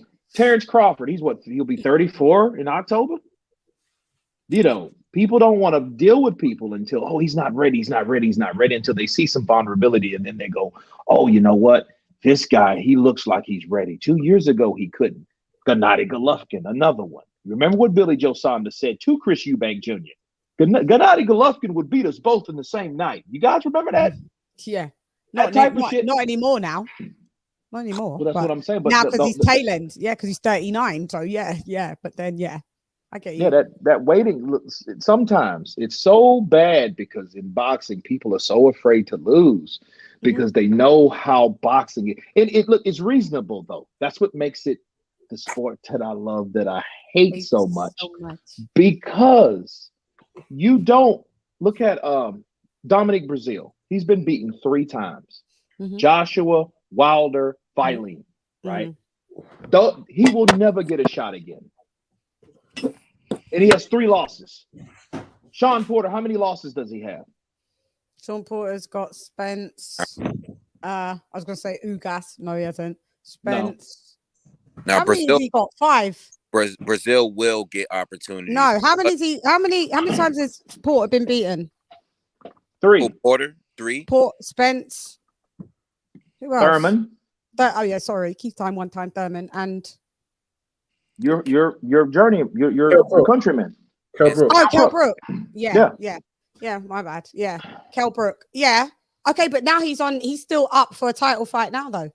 Well, that's Sean Porter. Sean Porter was taken care of because he's with Uncle Al. Mm-hmm. Imagine if he was not with Uncle Al. Okay. Imagine he was just like, look at Dominic Brazil. Dominic Brazil. Well, you got to look at Sean Porter's also an exciting fighter. He's also a guy. Well, he can fight. On top of can fight, he also has many hands in the pot. He's a commentator, so he's a representative. So he's a little different from other people. Podcast, Olympian. You know, he beat up Usyk. Right? Those type of things. He has a great reputation for kicking ass, even when he's getting his ass kicked. Mm-hmm. Right? He's a scrapper. You know, I love that about Sean Porter. But it's certain fighters out there that won't get the opportunity. Mm-hmm. Yeah, but what? Because look how many opportunities Molina got and how many times he got destroyed. Areola beat him, then Wilder fought him, then Joshua fought him. Joshua beat him. Wilder beat him. He was, I think Brazil. Fabio Wardy just beat him. Yeah. Brazil is just going to get, he's probably going to get opportunities again too, because a lot of these fighters today want to beat other fighters better instead of actually facing each other. Dominic Brazil's done. He's done. Molina's doneer. Oh yeah, he was done. He'd been done. He was done when he was done when he first came out. He was already done. He was doneer. He was done them season. He was done. Guys, yeah, he was. Guys and beat him Molina better. Was doneer. So, oh my god. And going back to what y'all was saying about CONOR Benn. CONOR Benn still beat Samuel Vargas better than Porter, better than Danny Garcia, better than whoever else, Amir Khan. So this is what I'm saying. I think these guys that lose, they do get opportunities. Just like Carlos Takam. How many opportunities he got? You know, people will fight these guys to beat them better than the guy because they don't want to fight the next guy. They just want to beat the common opponent better than they did. Well, see, that's a common opponent. That's a gatekeeper. I mean, somebody that actually had a chance to do something. At that point, like you had, like even with Sugar Shane Mosley, by the time he fought Canelo, you know he was out of there. Right. You know, that was a guy that he was the best. Then they just kind of got older and he got his ass kicked all the way through and out the door. Right? I mean, you know, come on. You went from Mayweather, Pacquiao, Canelo, you know, like, yeah, like Jordan. So like these guys, like Sugar Shane got a piece of everyone, and guess who he got stopped by? Moondine. Think about that. Now you know Moondine wouldn't have messed with the prime Sugar Shane. No, but Sugar Shane has just got so much shame. Yeah, in the game. Shane was crazy when he was fresh. Yeah, he was great when he's fresh, and then we saw it. And then when Floyd destroyed him, and I think he retired after that, or took one more fight after, one or the other. But yeah, it's tail ends. But sometimes people can't help that they're younger than you. You know, like sometimes fighters going to fight other fighters at their tail end. But what I'm saying with CONOR Benn, I know what you're saying about why we say when is he ready? Okay, so what? Hold on. The way CONOR Benn speaks, though, Shan, he talks like he is. I'll just be crushing it in the gym, man. Like all the time, I just be crushing it, and I'm ready to go. It don't matter. C19, I'm ready to crush it, babe. Cougs, you gotta listen to me, Cougs. I don't watch. He's so annoying. I don't watch interviews. I don't know if he's watched this show. I never watch him talk. Mate. You're annoying. So people talk about him. I don't watch his interviews. I only seen his fights. Just watch the fights. Keep it that way. Yeah. Because keep it that way. Interviews, he's mad intense. It's just like, dude, you're 24. You're too highly strung. Something's going to pop up there. Chill out, relax, take some CBD oil and just chill out. But what I'm saying is, where does he go? I want to, in my opinion, Granados is capping though. Granados thought he won the fight. But he didn't. But I'm going to rewatch the fight and I'm going to score it. Because I want to see how much CONOR did win by. because to me, it wasn't a convincing one. He couldn't find Granados. You couldn't find Adrian. You couldn't find him. You couldn't find him at all. At all. And all right, people could comparison it to Rigo. Oh, he just ran. No, he had a jab. He point scored. Conor Benn had not one jab. He threw not, guys, rewatch that fight. He didn't throw one jab. All he was doing was them haymakers and then, oh mate, it was a sucky performance in my opinion. And this is why I'm just saying, where does he go? Eddie's trying to put him with AB. That he'll beat AB. AB's not the same AB anymore. Like AB won, he got gifted the other day. Like he threw no punches and still won. That AB gets beaten by Ben all day long. Then he was talking about putting with Amir Khan. I don't know where that goes. Amir Khan's a name, but he's out of his prime and nobody really cares anymore. So is Adrian Broner, is he even 30 yet? No, that's the bad thing. He's like 29, 28, 29 AB is. Imagine that. And he's already in, like, in my opinion, he's a bit done. He's a bit done. Well, AB was never that good as a welterweight to begin with, Yeah. Say that. AB is 32. Oh, he's 32. Damn. I didn't think he was in his 30s yet. I thought AB was like he's 32. Oh, okay. He's 32. Wow. Yeah. Okay. Well, that's what it says on BoxRec. No, well, BoxRec's right. He's done. He's done. What did you say he's better at? He wasn't good at welterweight. Yeah, he should have never even been better at welterweight. The lower weight. He had no business being at welterweight. He should have. Do you think he was better like at like 140 and all of that? Well, I think the proper way to do it was people were already. You got to remember when he was at 135, people were already talking pound for pound with him at that time. When he was undefeated still before Maidana. So when he went up to beat Paulie, he fought Paulie and won, and fought Maidana, who was just at that time transitioning, and he had that, he changed his game up. He was much better than the Maidana that lost to Devin Alexander. So I think the proper way for Broner would have been to move up to 140 first and see what he can do there. He went up to Maidana and then Porter. That was a mistake. No, it's just what he's doing outside the ring is what was, because AB was such a talented, prospect of when he was fresh on the scene. Everyone's like, yeah, this is the new. Who introduced him? Was it Floyd? Yeah, he hung around Floyd. Floyd gave him, credibility, and then shot him down at the same time. Later on, because this is what Floyd did. Floyd, he liked him because he was flamboyant, he was flashy, he was black, he was talented, and he was doing things before Floyd was doing them. See, by the age of 24, he was already a 4-time champ, 4-division champion. And then Floyd, he saw that and he kind of looked at that as a threat because AB ain't always been about bullshit. No, it ain't, it's been AB was a lot. You know what that stood for? What stood for? Adrian Broner? No, I mean, other than that, of course, what he stood for? Yeah, about billions. Oh, is that what it meant? Yeah, he said that about Sorry. Until Keith Thurman renamed it. It's about bullshit. Yeah.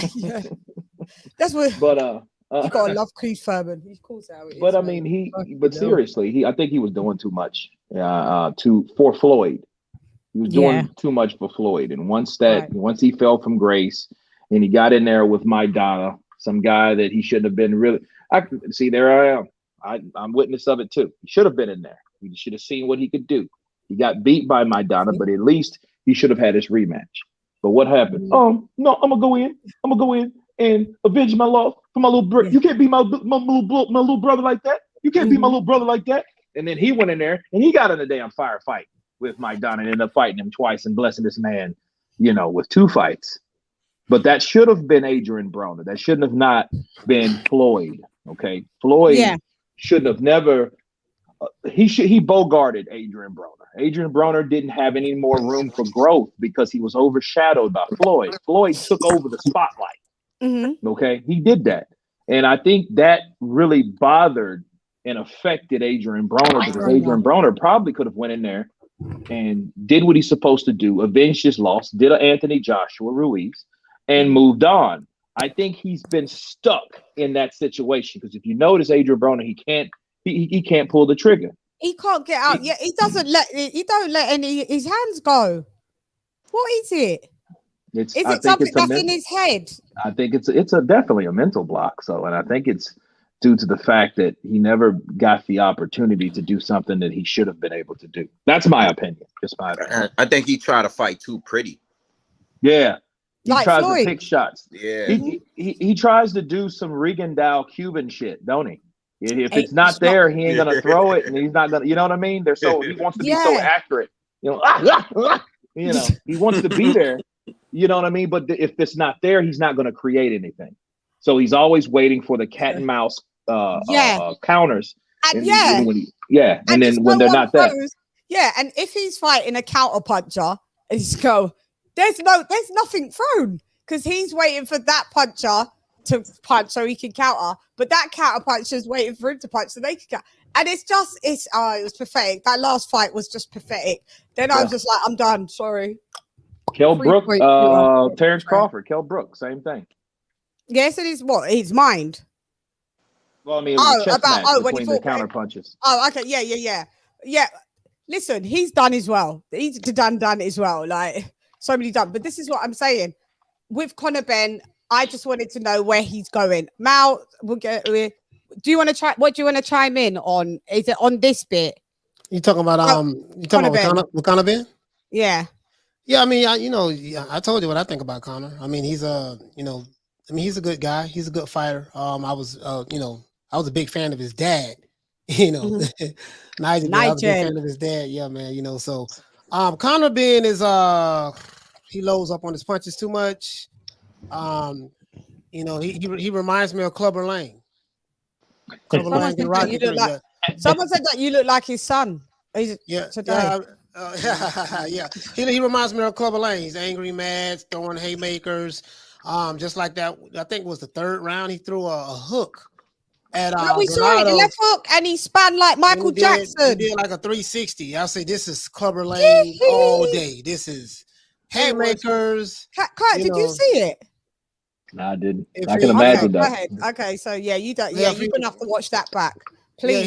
He wasn't throwing any jabs, and I'm like, but you know what? I'm gonna say this. I was, this guy ain't ready for this. He's not ready for that. No, throw his ass in there. I'm gonna stop saying people not ready. No, he's ready. Put him in there. Let him fight Ortiz. Let him fight Boots, and then we'll know whatever the outcome is. Then we'll know whether he's ready or not. Yeah, dog. You shouldn't have made that move, but you was selling a lot of wolf tickets. You were selling all these wolf tickets now, so now we got to see what you got. You know what I mean? Put him in there with Ortiz. I think he'll get put to sleep though. But listen, put the piggyback off what he's saying. When we say a fighter's not ready, most people say that when they mean they don't think a fighter could beat the other fighter. He's ready to be in there with Ortiz and Ennis, but people just say, "Oh, I don't think he could beat him." Just because you don't think he could beat him doesn't mean he isn't ready. Because technically, if this was a European title type of fight, these guys would be fighting each other. Ennis and Ortiz would be fighting each other before they get a Crawford. Right. These guys will all be fighting each other. That's what Joshua and Dillian White did. Dillian White, Joshua, and what's the other kid? Joseph Parker was all in the same area at one time. They were all undefeated. They all had double digits. Wins, undefeated, and those guys, Joshua and Dillian White fought each other first. That's a wicked freeze. Oh man, ain't it? Look at that. Well, I was gonna say, let me just I just was gonna say, okay, but David Abanesian's team hit up Conor Benn. Sorry, you froze, babe. Hit up Conor Benn, and Conor Benn's team declined and said that Conor Benn none of that smart. He wasn't ready. you know, Papito is not ready. Sorry, he's not ready. Yeah, he's not ready. They said no. So this is what I'm saying. So I don't know where to place you. You can go over there, keep doing all your Michael Jackson spin-alongs around there, and come back to me when you are ready. Because I this is their route for him. Eddie Hearn's roadmap for Conor Benn. I like watching Conor Benn though, Lee. What? Let him fight people that have on the tail end of their career that have fought the best, that they have put in the work, and then he will beat them on the tail end of the career, and he will say, "This guy went 12 rounds with so and so. I knocked him out in 9. I crushed him in 1. And then until he can try and get hold of a belt somehow or give him a title shot." Oh, and I think that's Eddie Hearn's playbook for him. Yeah, he's not going to fight in domestic rivalries. He's not going to fight European rivalries. He's going to fight these internet fights. National belts. We don't know where to place him. Is he European level? Is he only British level? Is he well? Is he going to be able to be fringe world level? Is he going to be world level? Is he going to be elite? Is he? We're seeing the trajectory of everybody else. We're seeing it. We're seeing with Boots. We're seeing with Ortiz. We're seeing it. We're not seeing it with the 135.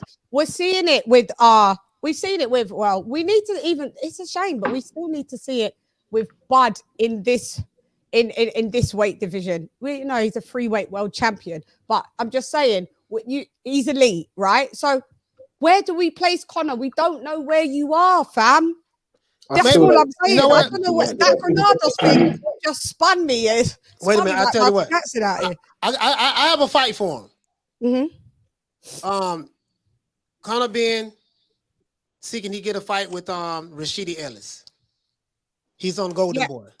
Did he fight last week? Rashidi Ellis, Conor Benn. I would love to see that fight. When did he last fight? Last week, that right? Up too. Rashidi Ellis. That'll be a fight right there. That boy have hands. Now he's kind of Shan. He's kind of like on the back burner with Golden Boy because Golden Boy is focusing on Virgil Ortiz. But the boy, I would love to see him get better competition as well. But Rashidi Ellis, just look him up. I would love to see that in Conor Benn. Well, then, this is what I'm saying. Well, and then at least we know to place him. I don't know where to place him. Like I said, Granados thing. I just thought Granados looked. I didn't see it as Granados was a runner. I just saw that Granados Techers was better. I saw a good established jab. I saw evasive. I saw defensively. Until he got caught, he did get caught, and the defensively sound did turn into just sound. There was no defense after he's getting tapped up. But I mean, yeah, I was impressed more with Granados than I was with Ben, and that's a journeyman. So what's that saying anyway? But okay, so the next fight on that card was we're doing Laura Warrington. No, but what's the one after before that? No, we're going to do Katie Taylor. We're going to do Jennifer Khan. Jennifer Khan. Katie Taylor now. Katie, did you see this card at all? No, I didn't. No, I didn't see any of it. You need to go back and see. You're going to have it's a good card. Good. I'll look at it tonight when I have nothing else to do. Yeah, it's the best card out of the last 3 fight camps. Trust me, it's a card that you can watch from beginning to end. I just didn't watch probably the first one, it's broad daylight, but I can't remember that fight. But it was good. So Katie Taylor comes in, queen of 135. I can't do her accent and her voice. It's crazy. But she came in, her not wanting all this attention and all this glam. She came in. Jennifer Han come off 18-month layoff. She just had a baby. But you know what? As well. I think she climbed up in weight. And she went up in weight. That's correct. She went up in weight. And she done a great job. She made such a good account of herself, right?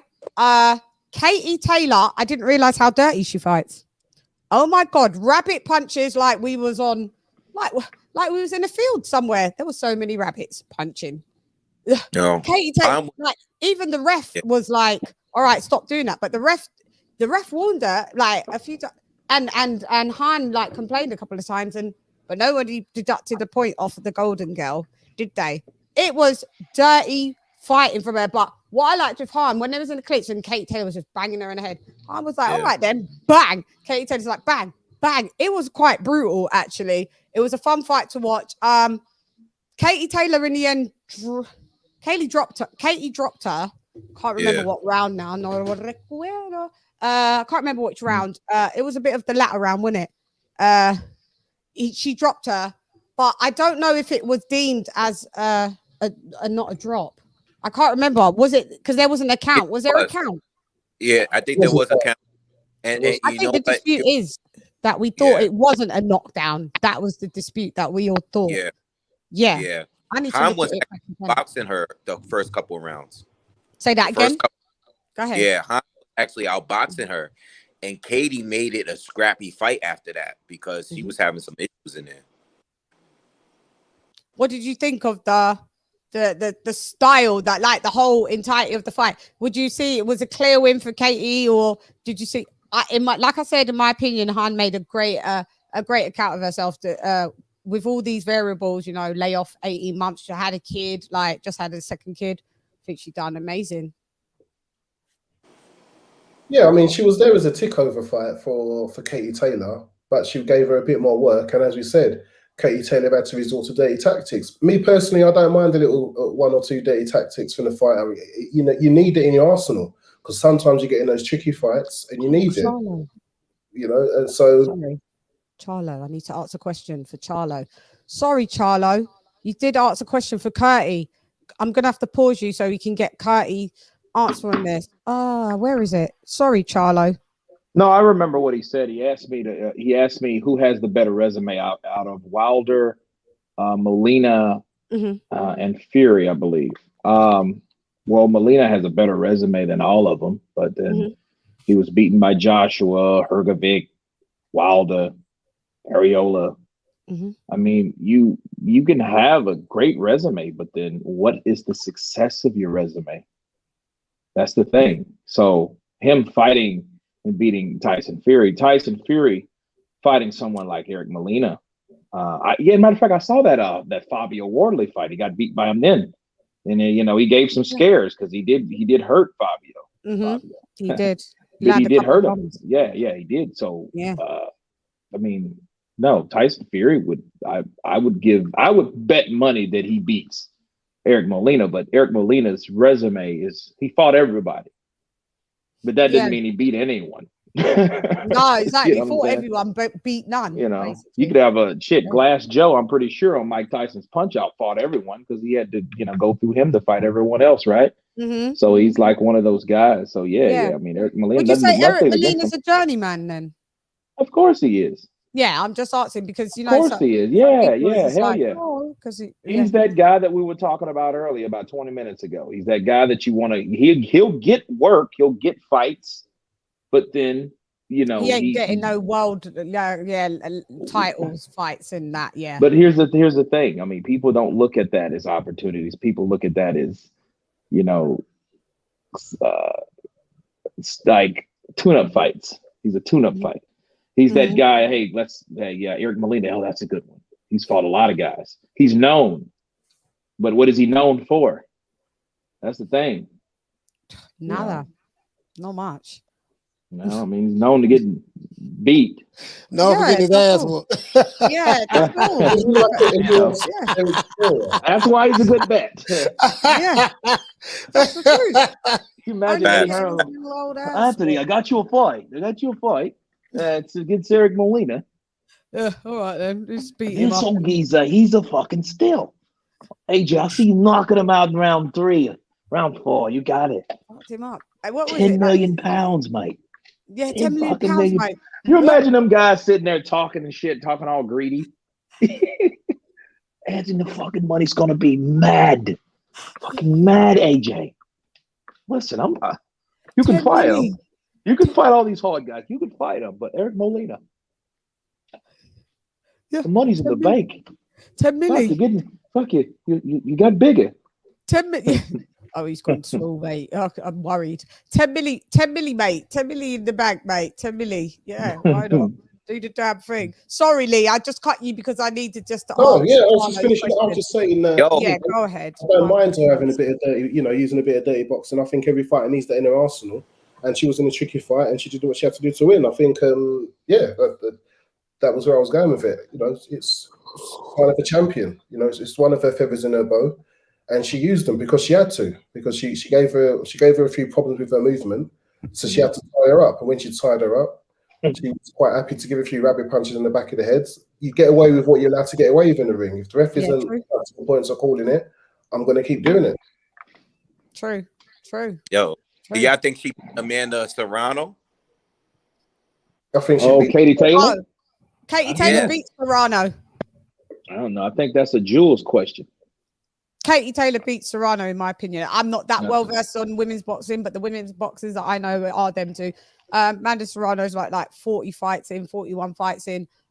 Great boxer. We saw her fight some girl the other day, some little girl, and beat the brakes off of her. But I mean, she'd have to come up, wouldn't she? Because Serrano fights that were like what 122 or something like that. She used to find people that have come up to her. So her going up to fight Katie Taylor, I'm giving Katie Taylor the edge. That's why I feel Taylor beats Serrano. Yeah. In my opinion, see. Yeah, she's too small. Both got many accolades in the game. Both have won many big things. fight though. Both are great women fighters, but I think Katie Taylor beats her. Yeah, but then Amanda Serrano, I think she's only looking for one last fight or maybe two because she's going to retire. So I think that would be a good payout. She's just got $500,000, just shy of $500,000 on the Jake Paul undercard. So maybe they could drag that over there, but I don't think Eddie's going to be letting his girl go over to No Triller. And I don't know if Eddie's going to be paying Amanda Serrano any 500 grand. Well, he did say that she's worth more now. He did say that her commercial value's improved. Not 500 grand. Watch Eddie. No. He didn't even want to pay. He didn't want to pay Clarissa Shields. He didn't want to pay Clarissa Shields. Not saying if she's worth it or not. He didn't want to pay her like 600 or 750 thou. So what is her market value though? But I mean, is it her market value as undisputed and a champion in three different weight cats or three? You're talking about market value. 154, 160, 168. She's 3 world weight cap. Right, but what I'm saying, what I mean by market value is what does she demand for a fight? Like when she has a fight, what does she normally get paid? Who are we talking about? Serrano or Shields? No, Clarissa Shields. No. I don't know. I'd be lying if I just said a number, but I she think wanted in maybe a little less than $500,000, maybe in previous fights. No, way less than that. Yeah, where's that money coming from? I think I have heard of the number. I think Shields floats around at like the 350. Well, that's maybe 400. I don't know. I couldn't say 400. I couldn't say the 400 bags. I couldn't say that. I think she's in between. Like I don't know. I mean, maybe she'll get paid a little bit more with the Sky Sports deal. You know, I mean, they setting her up to fight. What's her face? Savannah Marshall. Yeah, Sky's overpaying at the moment. They're overpaying to build their stable. And Shields was happy to fit in there and get something that she's very happy with because she signed a Motify deal. And she seems very happy. And she normally moans a lot about being undervalued. And she's never moaned about that. So whatever they've offered her, she's happy with. Which leads me to think that Sky are paying over the odds to get the fights. Eddie said, good for her. Go over there because he ain't really... He weren't going to give her that money. Yeah. He weren't going to give her that money anyway. So this is what I'm saying. Will Eddie be willing to give Amanda Serrano $500,000 if he wasn't willing to give Clarissa Shields 3/4 or 650? No, it's not going to happen. Anyway, but yeah, moving them along. All right, them girls. Cool. And then we'll move to Josh Warrington. Such an anti-climax. It was so annoying. Josh Warrington and what the fuck's his name? Lara. Lara. Yeah. This was dirty boxing, but a bit too far. As much as I said I like a bit of dirty boxing, he went in way too heavy with that headbutt and straight headbutt. Round 1. I don't think it was 2 headbutts. How many rounds did they go? 1 or 2? Two. There was 2 headbutts by round 2, right? Round and Correct, 2 you in need the to watch that card. Well, there was multiple headbutts. You will counter punch it to the gods. He was going to just keep headbutting the guy until something happened. I personally think he felt the power and thought, I'm just going to keep headbutting this guy to keep him away from me. But round And, one, he wasn't too bad. Round one, but no, do you know what? I'm not going to lie because he did get rocked. He did get rocked, didn't it? Lara rocked him, hit him with, I don't know, 1, 2. You can't play with this little Mexican lad. He ain't come to play. He ain't come round to play, two. mate. Round His two, footwork Lara started touching him a little bit. Oi, but his footwork is atrocious. I saw it in that fight. It really got exposed. Lara's footwork, muy malo. It was so bad. But his punch power negates everything. If he touches you, Josh Warrington's tiny. Like he pulled over Evander Holyfield. That's what I was thinking. I was thinking about Holyfield when I heard headbutts. I was like, have you seen Mauricio Lara's cut? It was a mean cut caused by a mean headbutt. I knew it was over. You right could away. see flesh, a bit of bone. You could see it all. It was just pure. I was there being the ice cream guy. No, man. Why is that fight stopped? That's nothing. You don't want to fight, man. You do. That's a liberty. Come on, you can fight, but past that. But I didn't see the severity of it until literally today, mate. I did see it a bit like afterwards, but today I saw that part was open. That's why people was like, yeah, it was to the white meat, wasn't it? Man, you know what? If it was up to me, Warrington, his ass would have been disqualified. The victory would have went to Laura. Like that shit. Sorry, yeah, it was crazy. Yo, it looked like crazy. That cut looked like a whole mouth. It looked like a whole mouth. Yeah, so now we got to see a trilogy. Different body part that only belongs on women. It was opened up. It was horrible. Yeah, but now I don't even want to see a trilogy because but you ain't got no choice, love. Yo, one's happening. A trilogy's happening. Is it happening? Has it been? Well, no, because what Eddie's saying is like we ain't got that geezer cannot fight. For the doctor said 3-4 months that it takes for that cut to heal, and then and so obviously Josh Warrington is only fought 5 minutes, you know, after getting beat by him 6 months ago. So Eddie's like, we got to get him in another fight, which is fair, but you better hope that he doesn't get his ass whooped by another underdog and match him correctly, because this was the geezer that vacated his IBF thing, and with all the Kid Galahad thing, Kid Galahad has come through like a mother and looking great. Can I ask y'all something? And y'all Josh think Warrington beat Kid Galahad? Kid Galahad beats Warrington. Galahad beats Warrington. Galahad's jab, fierce. I thought it was a wide decision for Galahad. Wide. With the fight that he had the other day, he beat dude it's like when Galahad fought Warrington. Oh, the first time. Oh, yeah. Okay. Galahad style. Okay, yeah, but that was different. Some people want to like it. And you know what? And it was still a different Galahad. This Galahad that we're seeing now he's very polished, man. When he goes to meat fighters, he goes very defensive and negative. But again, he's happy to do exciting boxing against the lower level opponents that he knows he's got the edge on. When it's in the elite level, he goes very defensive and he fights extremely ugly, extremely boring. Yeah. Like no, it was I have Galahad beating Josh rematch. I don't know if that needs to happen because Galahad has got a belt now.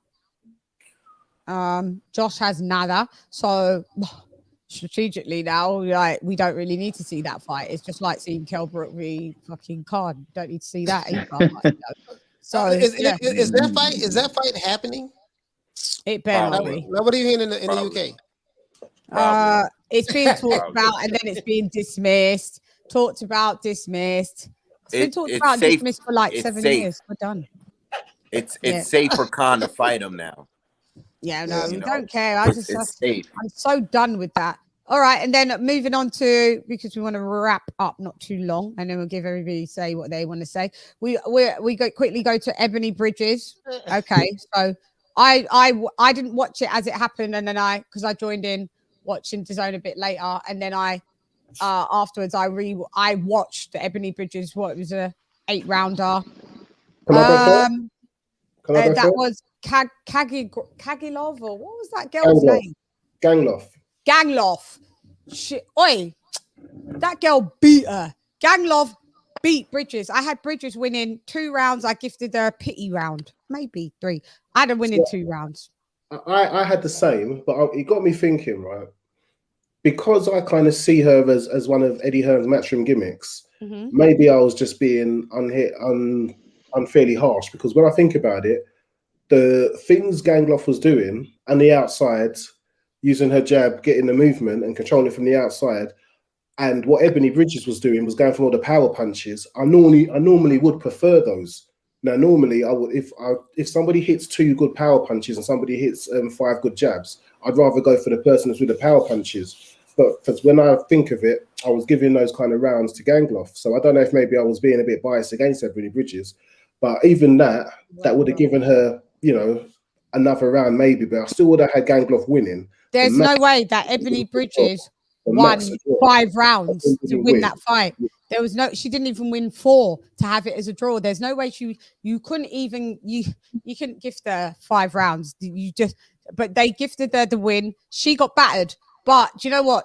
She had a hand injury, but I've seen it. It was swollen. It wasn't puffy, but it's bruised bone, nothing broken. But doctor said no punching for about 4, 6 to 8 weeks, something like that. So I don't think we'll see a fight at the latter part of this year. I think we should have saw a fight anyway, because she bruises easily. Her eye always gets fucked up. Yeah, I got fucked up last time when it got closed, and it got fucked up straight after that again. Got a little. She's to be a bodybuilder, isn't it? She's to be a bodybuilder, and don't they say that if you've excessive use of PEDs, you kind of these you know that symptom of bruising easily can be a symptom of taking those. Oh God, let's not go there.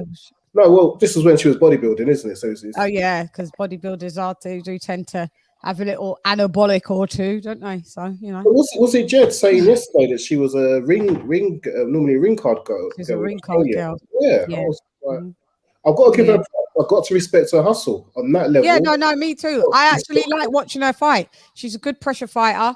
I don't know what the fuck she rehydrated to, guys, because if you're used to seeing her fight, I've only seen like maybe 3 or 4 of her fights. She's 5-0, 6-0, something like that. I've seen her fight.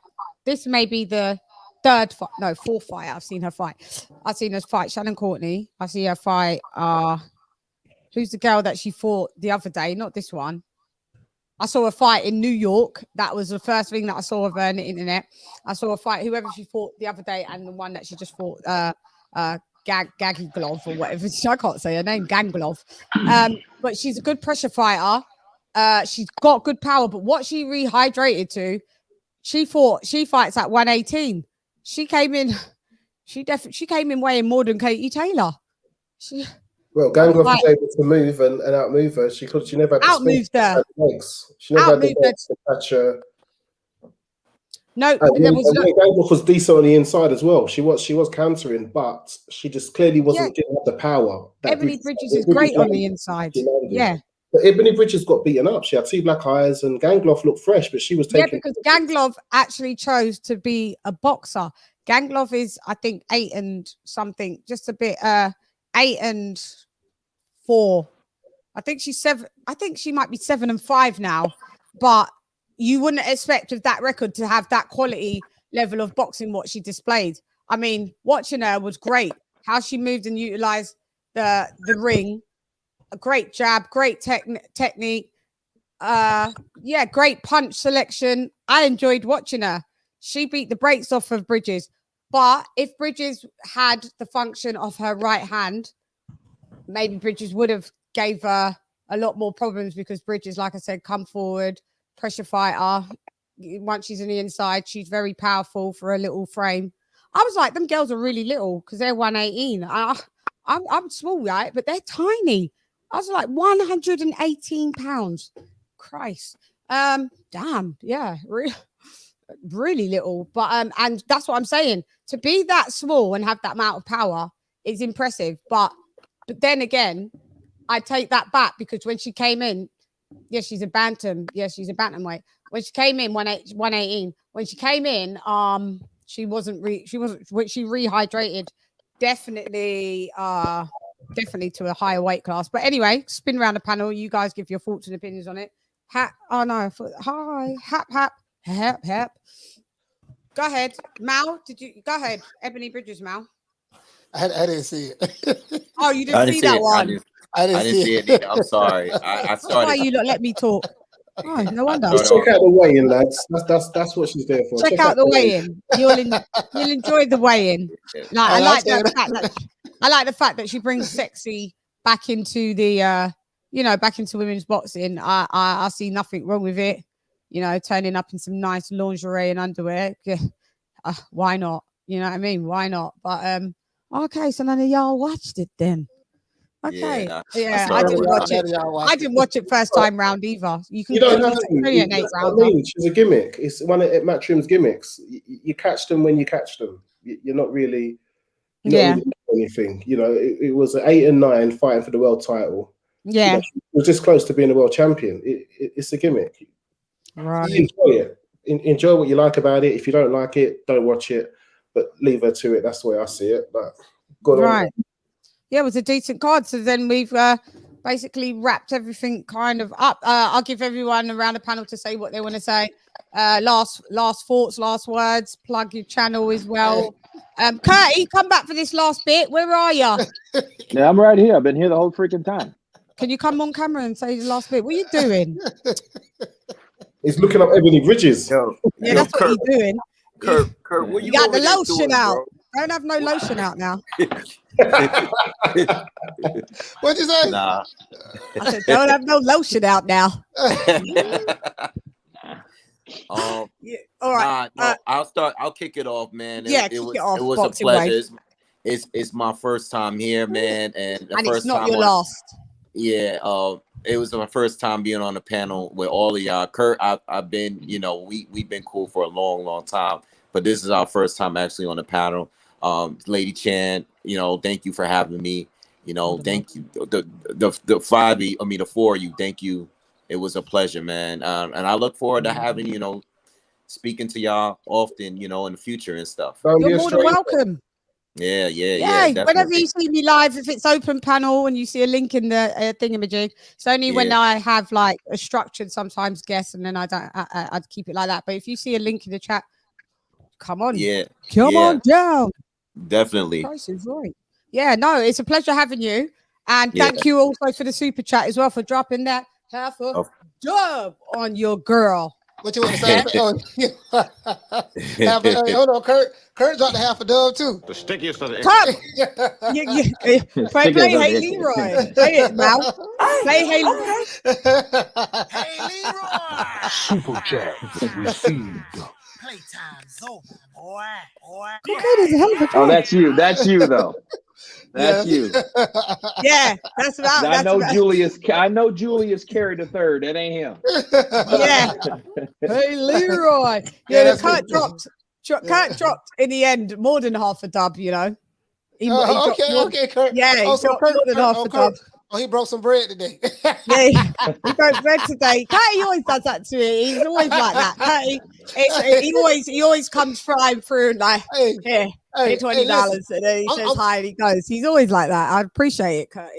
I'm trying to master what Blue be saying, dropping that half a dub. I'm trying to master it because I stole it from him. I stole it from him. I didn't get his permission. I stole it from him. But I'm trying to master it because I'm like, damn, what, nigga? This dude, like, all this money he be getting for super chat. Damn, it got to be like, what? What's the special way he's saying it? And I'm trying to figure it out. And if I can, like, hone in. You can do it, Mal. You do it. You do it in the end. You do it in the end, though. You do it. Also, Kurt broke bread with you today. That's good. Hey, go ahead, Shan. You on mute. We don't hear you, Chan. Oh, you Hey, she trying to get up. Hey, your stuff sound crazy. Roman, take a oh my God. Roman, you'll be okay. Bitch.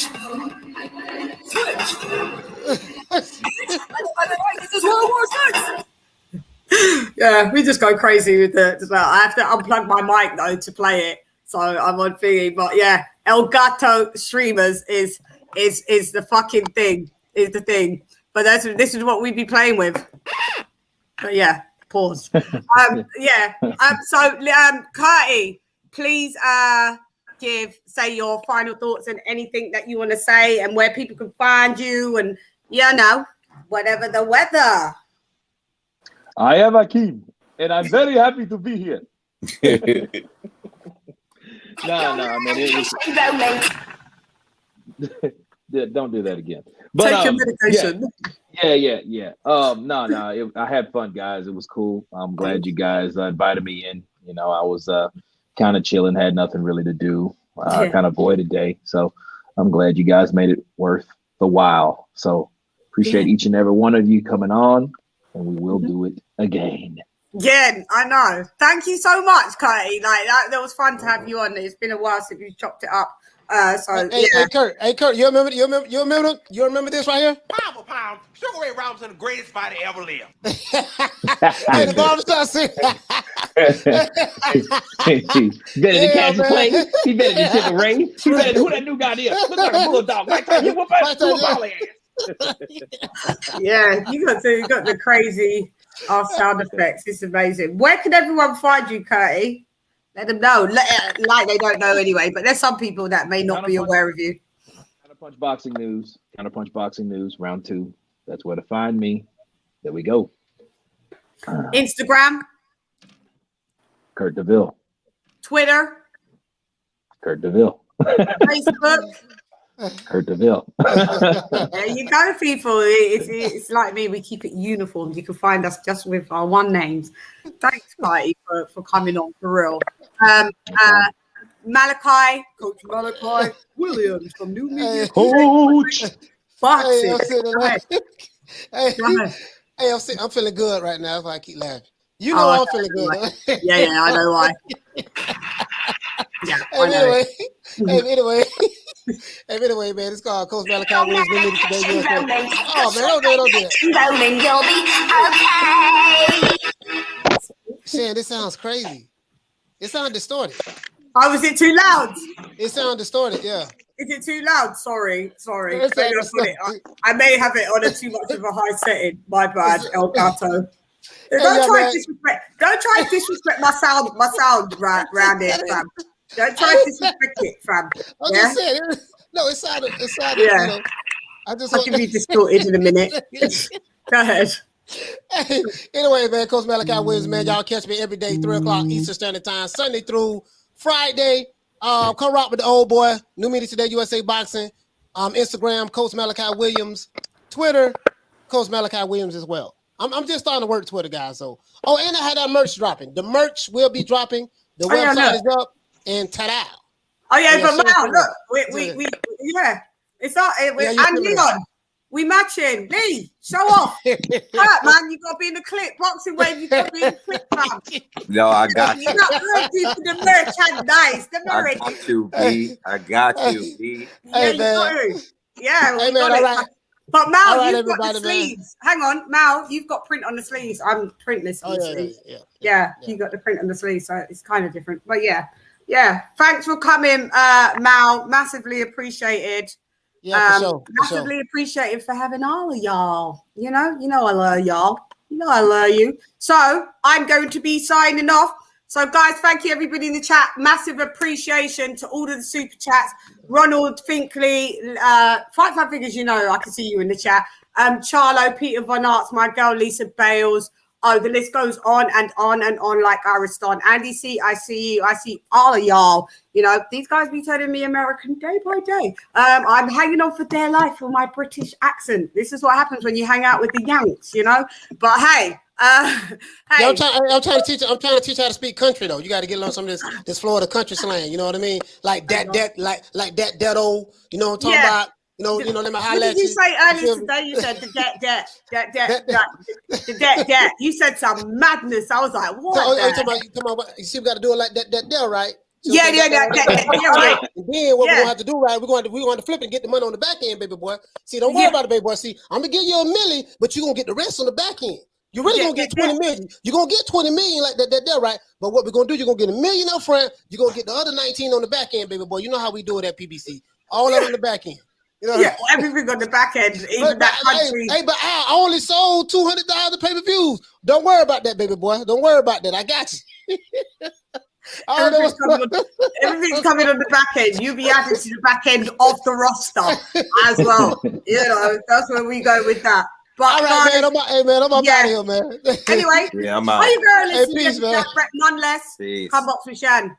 Gun. Yeah, shot. Fight.